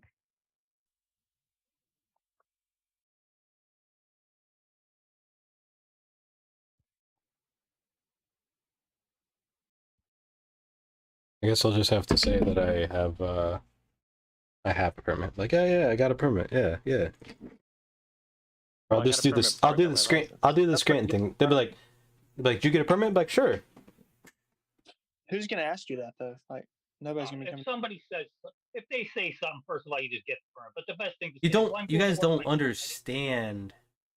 You guys don't understand like how afraid of like my wife went to fucking Afghanistan and was in some shit in Afghanistan. So she's tough, but like she's so afraid to break the rules. And because her sister mentioned it to her that I'm going to have to get a permit to do what I'm going to do, now she's like, you got to get a permit. So it's I like, remodel do I either just tell my wife like, I got a permit, and then lie, which I'm not a huge believer in. You But just tell her to go get Just the get key. it. Other You know right what? foot don't need- You know what? If it's Where not were that, the just get the experts? permit, Brad. Just get the permit. Yeah, I was gonna say, don't ever. I would say this for something that stupid. Don't lie to your wife. It's not worth it. Mhm. I don't care if it Yeah, costs but you don't get a $1,000. permit, though. It's not Yeah, relevant. exactly. Good. I'm still not getting a Roach's right, permit. though. If you get a permit, you're gonna open the can of worms. I don't think you need a permit anymore, unless you're going to do I'm electrical. Or I'm a put a I'm heater a in there. fucking master builder, okay? Like master. I can do plumbing, I can do electric, I can do everything. Right? I could probably even drive a tractor if somebody let me, I right? fucking hate electrical. It It's scares me. oh. Well, electrical and housing is not like working at like a plant or something. And it's not like you're gonna, Brad, even if you get shocked, unless you're messing with 220, you're not gonna, and standing in water for heaven's sakes. You're not gonna, Yeah. you're not gonna Like die. you might get a jolt, but you're like, oh, Yeah, okay. you'll feel it. I'm not saying you won't feel it. Shit. And it might throw you across the room or throw you back, but it's not. You're not gonna end up dead from household electrical, unless, Brother. like I said, you're standing in water and you're like, oh, let's see what this does, and touch the contacts of the water while you're standing in it. That might do something different. The question would be if you're in city limits. Are you in city limits? Mm, Oh yeah, he's in the city. I don't. like, Oh are yeah, I'm in the city. Yeah, technically, Some Scranton. neighbor would have to narc you off for anything to happen. Narc me off. Yeah, they're not gonna go door to door and, I mean, unless somebody sees you doing something. No, you know who squeals on you? You know who squeals on you? The garbage. That's who. The borough, the garbage Oh man. no! I'm in tight Or with the garbage sometimes man. a neighbor. Yeah. I'm sometimes in a tight. neighbor, but they're not I- going to say nothing for that. Yeah. Plus, I'm in tight with the garbage man. Gave him a nice tip for Christmas. I'm smart. I know how the fucking. I know how Yeah, shit. yeah. I know how shit works Very- over here. I'm not stupid. Very smart. Yeah. Very smart. Yeah, there's a reason why my Christmas tree's gone and everyone else's is still on the edge of the road. Who picks up your garbage, Brad? Is it the city or is it Mascara? I'm not sure, to be honest. Yeah. Mascaro does ours. It's not the borough or the city. You know, it's usually the borough will squeal on you, the borough garbage guys. But I think city mine's the guys, they don't city. give a shit. They're all on work release. Yeah, they're all on work release. All them guys. Yeah. They don't. Yeah. They're just happy to have a job. Those guys. Yeah. And they're all under the Naples too. Yeah. Then yeah, exactly. He runs Yeah, all the lady garbage. that cuts my hair, her husband's best friend is the Naples. Husband's best friend. Yeah. Yeah, And which one? There's a bunch of the Naples. There's a bunch of them. I don't know which. I know Louis was She the was- big shot at one time. She was talking a mile a minute while she was cutting my hair, so it was Yeah. really hard to follow. And like Yeah. you're trying to follow a family of Italians, and there's like fucking 13 Yeah. Antonios and fucking like Vito. 13 Josephs, and Yeah, yeah. everyone's like, there goes that short covering right there. Yeah. But like, I was telling her, I was like, oh yeah, a buddy of mine, somebody hit his car, and because we were talking, I was telling her that I'm from California, and she's like, "Oh, how do you like it over here?" And I was telling her like my wife's from here, so like I'm not, I'm not like I know what's up, because, Yeah. but it's just it's funny, and I was telling her why I find it funny and stuff, and she was fucking just rolling, and then she's like, I was like, yeah, it's like my buddy had to take his car down. She's like, oh, he probably sent him to Fish, and I'm like, yeah. And she's Oh, like, yeah. Fish is a great guy. Fish will hook you right up. And I'm like, oh my god, I was The Fish dying. Yeah. Oh, dude, I was That's dying. funny. She knew him.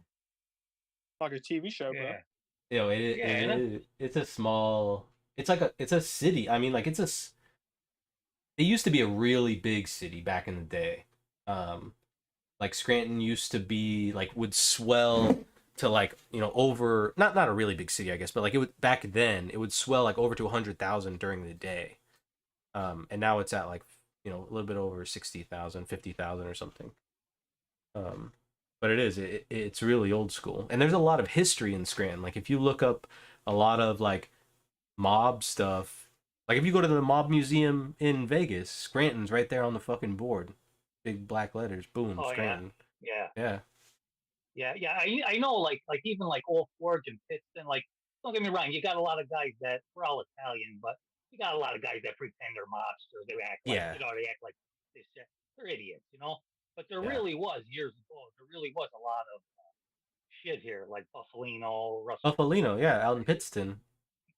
Yeah, he's down in Pittston, but he used to come here to Old Forge, and actually Russell Rinaldi's actually named after him. So they say. I'm sure it's true, because his father, Yeah. Bobby Rinaldi's father, was a big shot, and Especially in he Old liked Forge too. Russell. Yeah. They used to come to Bruticos too, who were actually Jews, but they used to sneak them in, and the story was that he would never let anybody cook his food except for the old lady, because he was afraid of being poisoned. But I don't know, they're all stories, Yeah. But it's you hear a lot of shit, but you know who to listen to and who not to, though. You know who's playing a role, and who's Yeah, the you real can deal. tell. Yeah. Yeah, exactly. But they're funny. Medical's another big. Medical might be even more powerful than the Naples, but a lot quieter. You know what I mean? Yeah. But Nikki the Naples is the one you gotta watch. Nikki's a fucking maniac. Nikki's a wild. He's like Sonny in Your God. He was like a nut. John goes on the Kind rampage. of a jerk off, but he actually shot 2 black guys in Scranton. He didn't get in trouble though. Yeah, what a shot. Because they're black guys? Oh, because he's What? who he is. Because they were black. Oh, Yeah. Well, no, because of who he was, and Yeah. probably because they're black. Who knows? Dude, I was shocked. I was shocked that the new mayor is not local. She's from Oregon. Oregon, yeah, wow. But you know what? Isn't her last name Cognetti? Well, she's married to Yeah. Cognetti. So Yeah. her husband. Her Yeah, husband is probably either the lawyer or the doctor. They're big shots around here. He's a Not big lawyer. shots. Yeah, he's a lawyer. Yeah. Okay, the lawyer he's a pretty prominent lawyer too, I think. Yeah. He's pretty. So that's probably how she got in.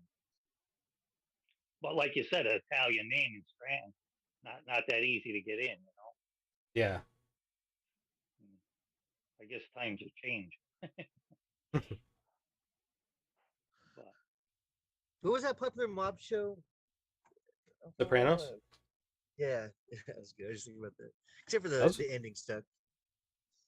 Yeah. Like the The very show was really good though. yeah. You don't need anything in the UK? Was that a while ago? Probably talking about permits. Oh, yeah, permits. Well, Tommy does shit like that's what he does for a living too. Yeah, I flipped a house one time in city limits, and the only thing we had to get a permit for was when we swapped the whole like electrical panel and water heater. That's the only 2 things we had to do permits for. yeah, a lot. See, and that's bullshit anyways. Like, if I buy a new water heater and I want to install it, like, I pay you to pump the water in, and now I got to pay you to come out to my house and watch me or double check my work, or just tell me that my work's not good enough so your buddy can come in and fucking twist a wrench or two and collect some more money off of me? Yeah. Because you're out of your What it fucking is. mind. I don't think we need that though. Dude, Well, my I think sister- mine. Dude, my sister does nothing. Got a license to do home inspecting in Texas, so it takes nothing, I guess. Dude, I'm like trying to. I was actually looking up that yesterday. I'm looking up how to become a VA home inspector because there's a huge shortage of them, and all you do is just drive to someone's house, fucking do the inspection. You make $700 a trip. Isn't it super easy to get your license for this? Texas? It Oh, was sh- like what? I mean, if my sister Yeah. can do it, anybody can do it. You just needed like 70 hours of time or something. Probably like online courses, open book test. So D period kind of getting back to the market. D period kind of dying here a little bit. Couldn't take that C high. Couldn't get back up to where that bigger offer was, 68. Not necessarily that it's gonna be falling back here, but we may see a little bit of a pullback if it can't take this high and start catching some upside. Tech is starting to try to catch up, almost back to even. And you're about to see, if we take that C high, we should see all sectors go green, and the weighted AD has gone back to positive as well. So if we do break that high, we could see some continuation, which would be nice. And now we're holding above the VWAP, so we're starting to turn.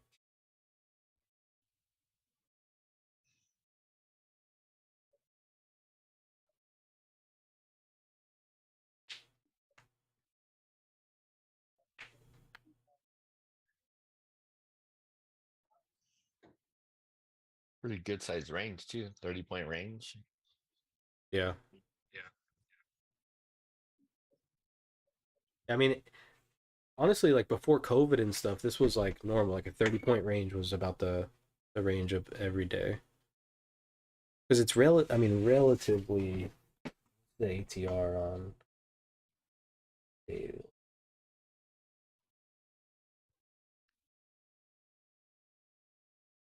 60, so about half of a typical daily or an average trading range, or average true range, whatever the fuck. Is that on cash only? Probably. The move is dying down up here though. No, it's on 24 hour. We put out cash only. Just my opinion. ATR is 54. So yeah. You said the move's dying down? Yeah. Well, everyone's got opinions, Trent.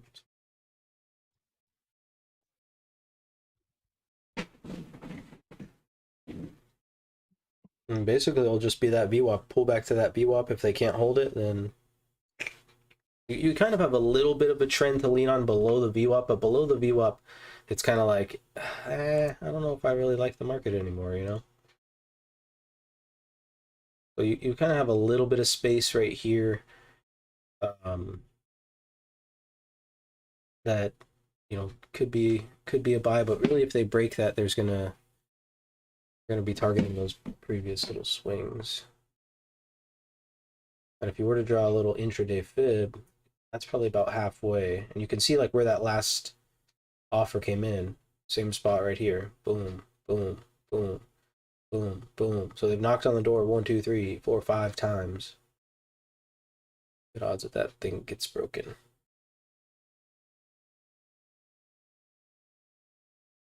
But this is kind of like it's kind of like if you remember when C period was down towards, or no, excuse me, when B period was first coming down, and it was at that A halfback, and it kind of like kept bouncing a little bit, bouncing a little bit, bouncing a little bit, and then finally, smashed it down. So it may need to just kind of trade sideways like it's doing right now to gather up the momentum, to gather up the orders or the liquidity that it needs to go either direction. And I think, if you're not in a trade, you'd be better off probably, either trying to short a little bit higher towards that D high and use C high as your stop, or wait to see how it tests at this VWAP, and let's see what information we get. Like right here, weak shorts covering.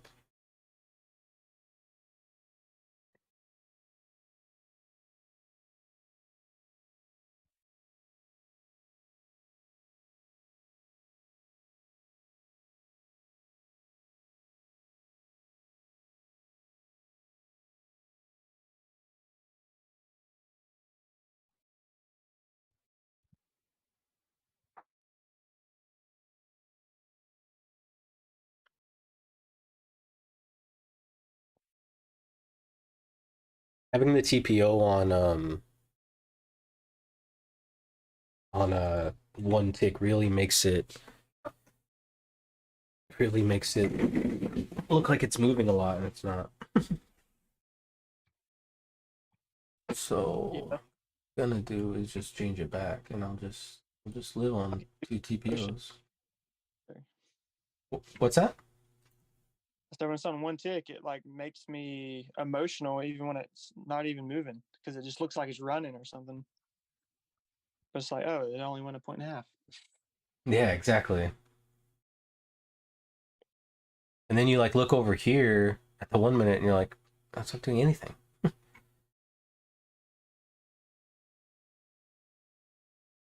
All right, here's the VWAP, that little space, like where the trend is at. Let's see what the reaction's like here. No reaction. You can probably stay in your short and target those 52s, 47s, 46s. But if there's a reaction, I'd probably bail on my short.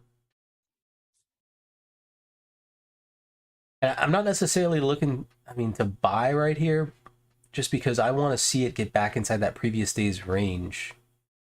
And you can see all the volume coming in like right below the previous day's range, and we're trading below it. Not ideal for a long situation.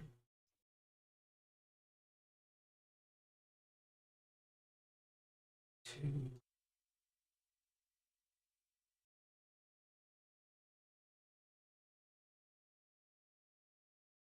There we go.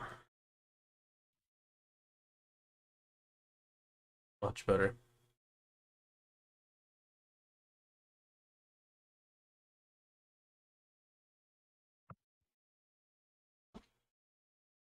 And you can see that D low is kind of mechanical right off that VPOC, and basically off of the A low. To me, kind of showing. Excuse me. To me, kind of showing a little bit sign of strength if that is able to hold. Which brings back Jared's question: can they hold the open?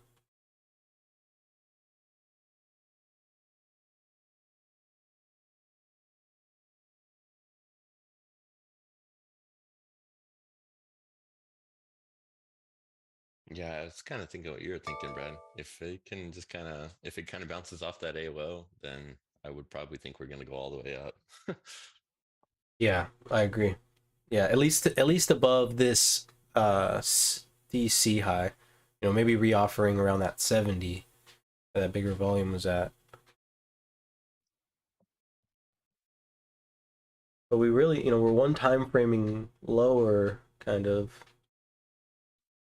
D period still inside C period, but if C period can, or if D period can get that extension, then that almost kind of gives us an easy trade to take.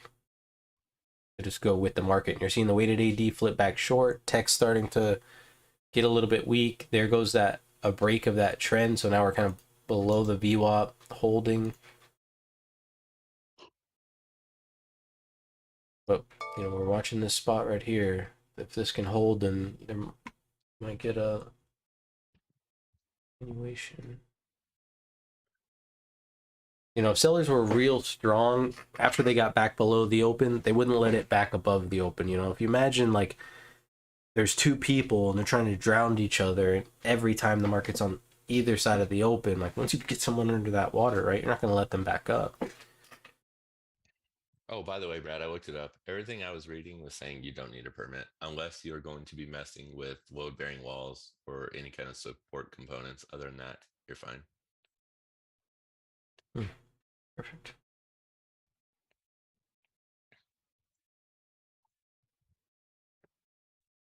Yeah, it'll be, I mean, it'll be so fucking easy because I won't even have to do any electrical because there's already lights in there. So. You see, my dad was a contractor. My dad was a TV repairman. You know. No, there's none of their business like what my dad did. Like their business is fuck off. That's why that's his original hire. Like, do me a favor, go ahead and fuck off. All right, thanks. Yeah, Jared, I was only kidding with you too. You know that, right? I mean, Yeah, no, I was don't saying, take, how do you- dude. yeah, If yeah. you knew me, you But know there I is don't an take anything. Hey, I'm Italian too. Yeah. I don't fucking take anything personally. Yeah. And, well, you know what though? When you're face to face, you know I'm fucking around. But if we're online, you might not realize I'm just a wise. You know, I'm just a smart ass. You know. I thought Fucking you wise, just I I figured know what's going on. fucking wise guy. I like the bust balls. Who the fuck is that in the picture? Who's this guy in the picture here? What picture? You guys, you don't see that? Somebody keeps popping up in the picture. Oh, I don't have the video closed for Zoom. I'm not sure. You see that buy imbalance right at the bottom? Are you watching your auction? Let me pull it up. Yeah, I see it. Yeah, dude. So it went down there again and just instantly bounced off of it. Yes, it did.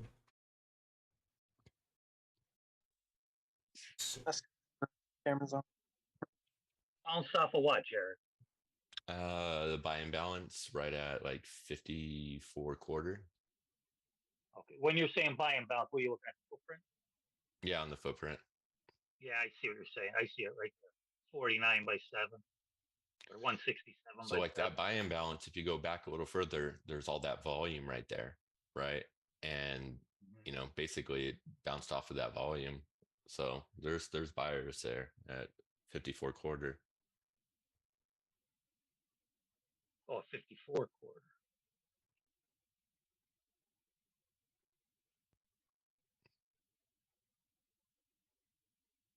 So hard for me to listen to Jared say smart stuff, as bad as that sounds, because he's just growing so rapidly. I'm just like, remember just yesterday, he couldn't even wipe his own ass. Look at him go. I wipe Knowing my own stuff. ass.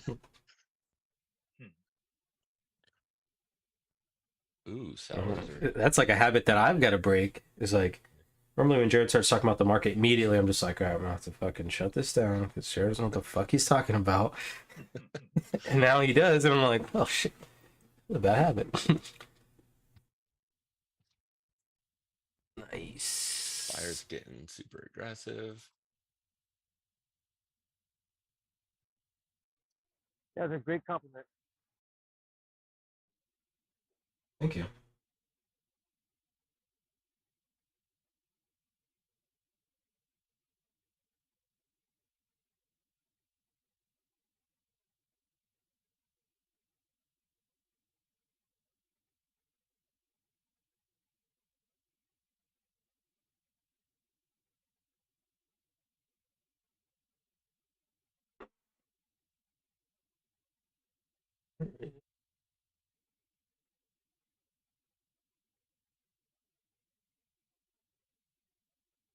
Nails here.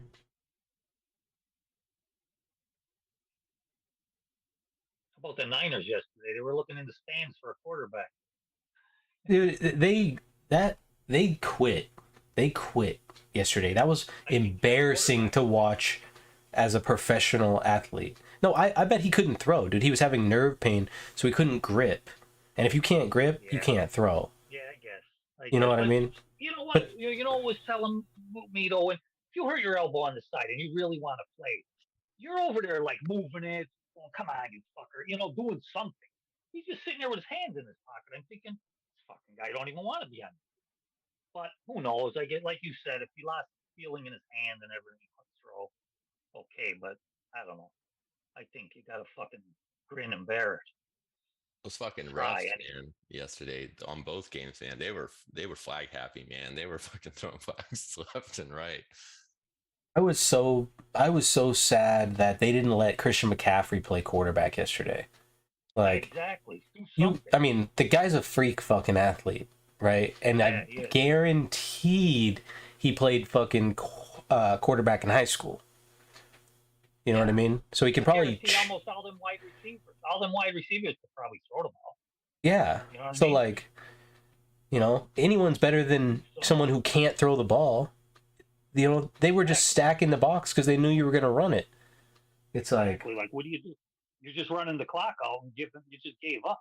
they quit. Yeah, and that's what I was saying. It's so embarrassing. That was embarrassing. Yeah. Not so much the players, the coaching staff kind of just like, you Yeah. know, they gave Yeah. up. Classic Kyle Shanahan. He's a fucking pussy. Yeah.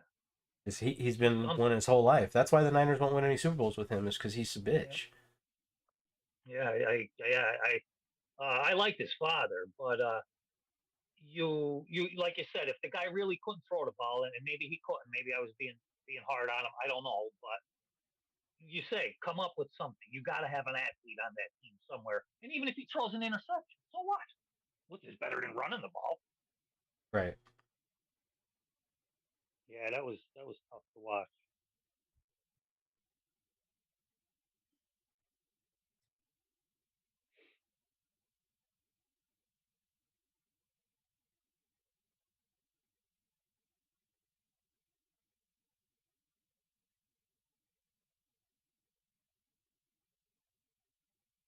The other game, that guy got a personal foul on him. What a stupid play that was. Oh, right at the end of the game? Yeah. Yeah, he gave them the field goal, basically. Yeah, I felt exactly. bad for him. He knew it. He knew he fucked up, but I mean, I didn't feel bad for him. All his players were trying to talk to him on the sidelines. I'd have fucking left him alone to cry. yeah. Like, you I fucking know what you idiot. mean. The thing Yeah. is that there's so much money on that season, especially in Vegas and stuff. You never know what's real and what's not. Mm-hmm. You know, That's true. especially in basketball, you know, the refs came out, basically admitting the offense. No, he's a professional. And not only that, he knows that he already took like 2 or 3 steps outside bound, like outside the line, and then he just goes and hits him like hard. Like he was mad that he got the first down, and he let his anger get the best of him. And that's why he You know like what? a pussy on the sidelines. You know what? Right. He probably got the call from the defensive coordinator and was like, "Hey, there's $100,000 if you get a penalty. It puts him in the field goal range." Those were tears of joy. Right? You know, he was just like, those were tears of joy. Money tears. Rich. Yeah. That's what I think it is. I mean, you know, it's all a hustle. You never know. Especially in college. I mean, those kids are so starving. Fucking throw a play just to get a fucking Subway sandwich.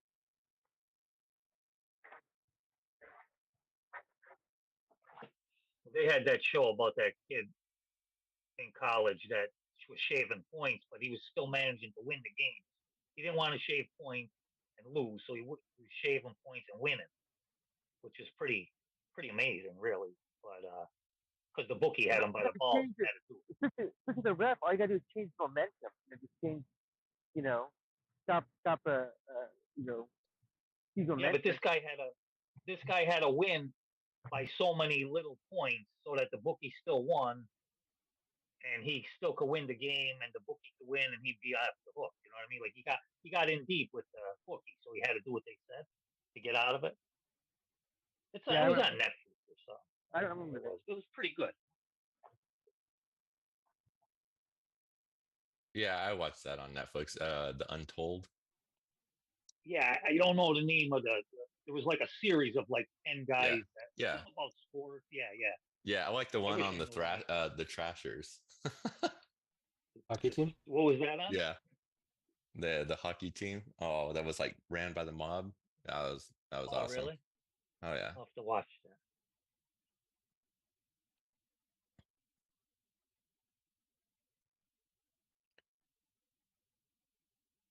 Like, the mob got eradicated, like supposedly, right? There's no such thing as the mob, but you know, there seems to be some inconsistencies going on in certain places, you know.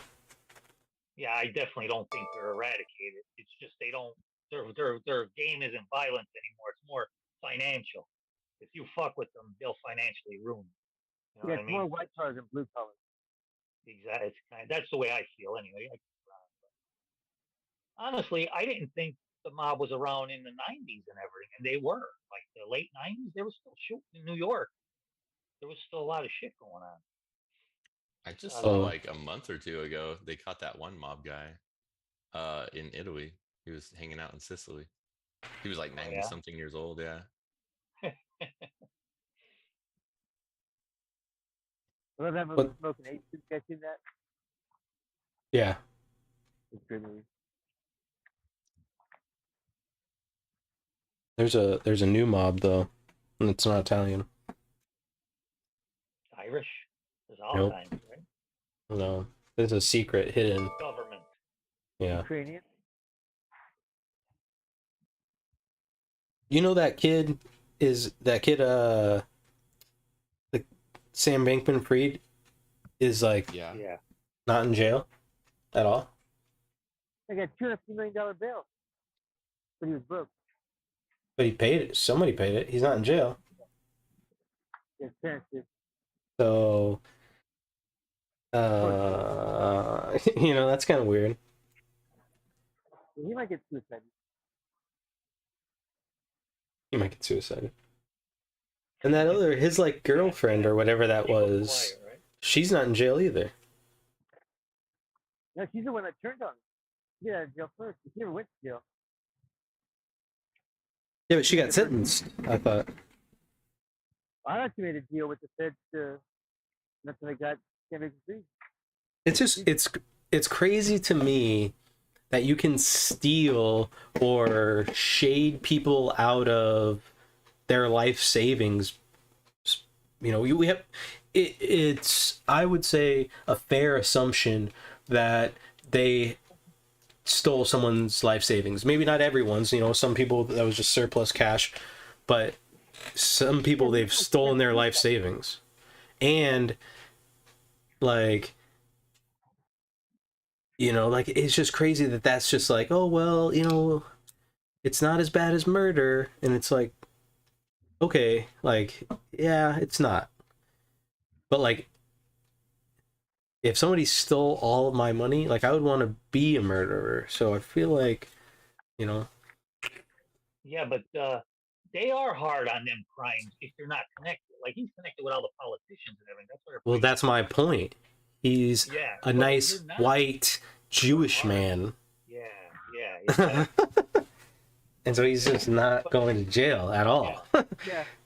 Yeah, Because being a of- black guy selling like grandma crack, you know, you're going to jail for sure. Well, no, even if he was like, you know, Jared, because he's basically fucking nobody.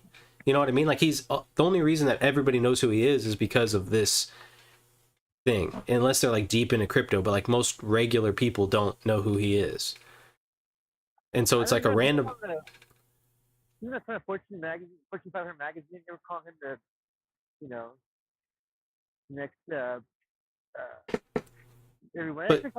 But I'm talking average American does not read the Fortune 500. They, you know, they're like, why the fuck do I care about rich people? You know, that's what they think about the magazine, because that's kind of how I feel about it too. And I'm saying that because I had no idea who the fuck he was either until all this shit went down, and then I had to start reading about him. But like, you know what I mean? Like that's the thing is like, okay, well, how come this motherfucker's not going to jail? You know? That's their move, 'Cause, though. As soon as you're I going to mean- do something criminal, you get somebody involved with you that you know has connections. Because then, you know, Yeah. He might have dirt on whoever actually runs this thing. You know, how deep down the Democratic I level. can't hear what he's saying. I mean, didn't what was that big bootlegger back in the day? Popcorn Sutton. No. Well, yeah. Yeah, I mean, he's right on that one, bro. Yeah. No, but that's not who I'm thinking of, is what I mean. I know. Al Capone. But Oh, yeah. he only got convicted of tax evasion, Mhm. right? But he went to jail like quick as fuck too. That's what they get everybody on, dude. No, but that's what I'm saying. Yeah. He's Italian. So he did another like white collar crime, tax evasion. But he went straight to jail, and this guy's just like, I don't know about jail. But there Yeah. was a lot of political stuff going on with Al Capone. I mean, there's a lot of push in that deal. Yep. I hope My everybody buddy, shows up to his court my case. distant cousin of mine, he just went away for a year. Federal. Same shit. He's a council member. They got him taking bribes. They just took him yesterday. They were calling him the next Buffett. See, that shows you how fucking naive all of the people that write fucking articles are. I mean, it is just insane. That guy was just fucking pulling the wool. So the market's just kind of hugging the, right below the VWAP. Pops above it, distributes, pops below it, accumulates, it looks like. We've kind of got this weak look here on the low now. A weak look on the CD high right here. Stop. Oh, double weak look. Looks like there's a lot of selling on 57 core. Oh yeah. When you look at it from a 15-minute chart, it looks like we're going back down. Well, let me tell you something about switching between time frames while you're trading, right? You'll set this whatever you want. It can be very dangerous, right? Because if your bias is leaning a certain way and you find a time frame that supports your bias, you might enter a trade in a bad position. And, maybe on a 15-minute chart it is going down, but maybe on a 30-minute chart it's going up. And there's trades for both because it's a two-way auction process here. And that's why, we don't get married to trades, and we like to stay or maintain perspective. Yeah, we haven't broken that D high, so we can still kind of consider it one time framing down. I mean, we're still inside the C period range, honestly. So since we've got that C excess, it hasn't been retested. So really, until it gets retested, it's kind of hard to know if it's going to hold or not.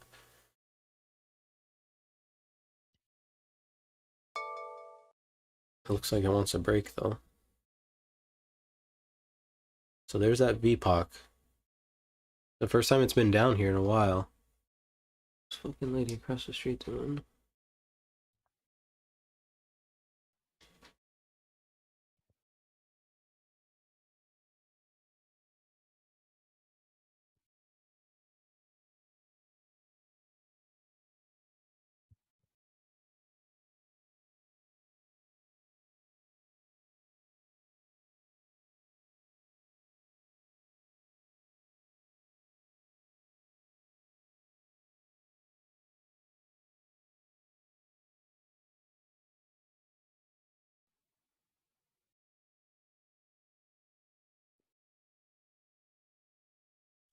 All right, now look to see if it holds the open here. If it holds the open here, you could be good. Add to this long.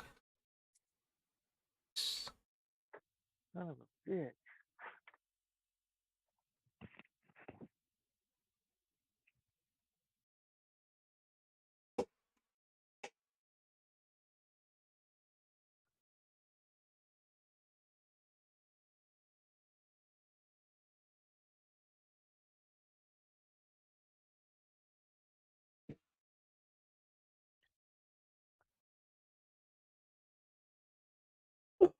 Weighted AD still negative.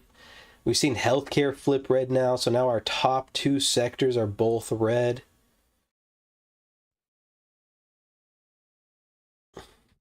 Very kind of indecisive here. which honestly is not really too surprising, seeing that, you know, you got the Fed and then big time tech earnings this week. What's Tesla up to? Tesla started off pretty strong, down 2%. Apple's basically, Apple's down 1.5 or 1.75. AMD's getting smacked, down 2.5. Amazon 1.7. Google 2. Johnson and Johnson 2.7. Meta 2.5. Microsoft 1.8. Nvidia 3.5.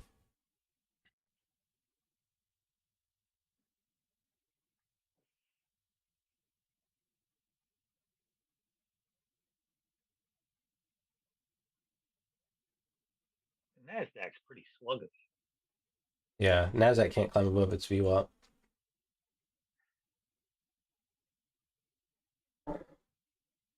Nasdaq can't even get above its open. And the VWAP's pretty much right at the open on the Nasdaq now. But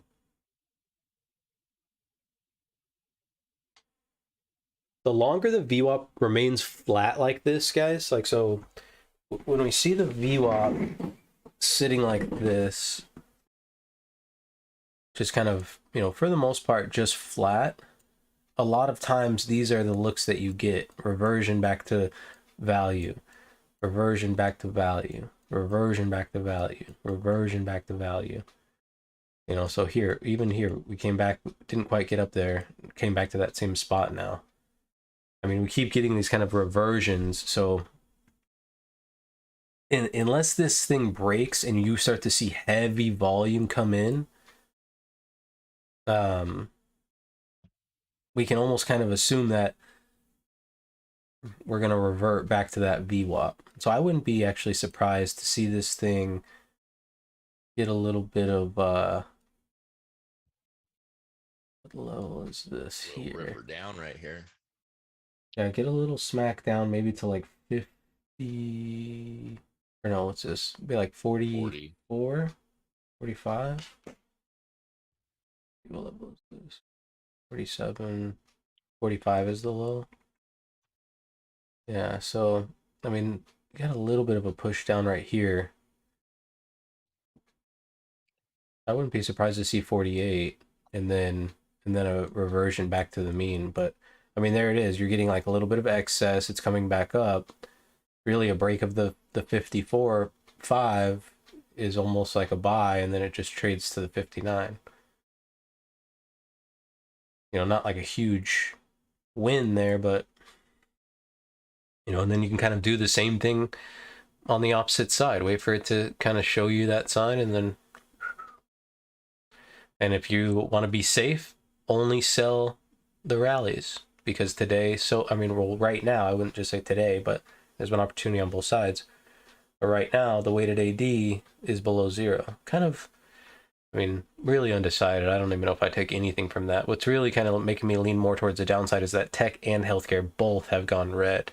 Financials are very strong, up 0.5%, but for the most part, everything looks fucking weak.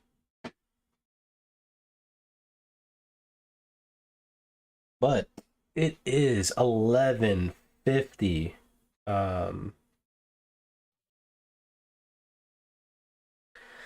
And we just broke the open, so we know what that means.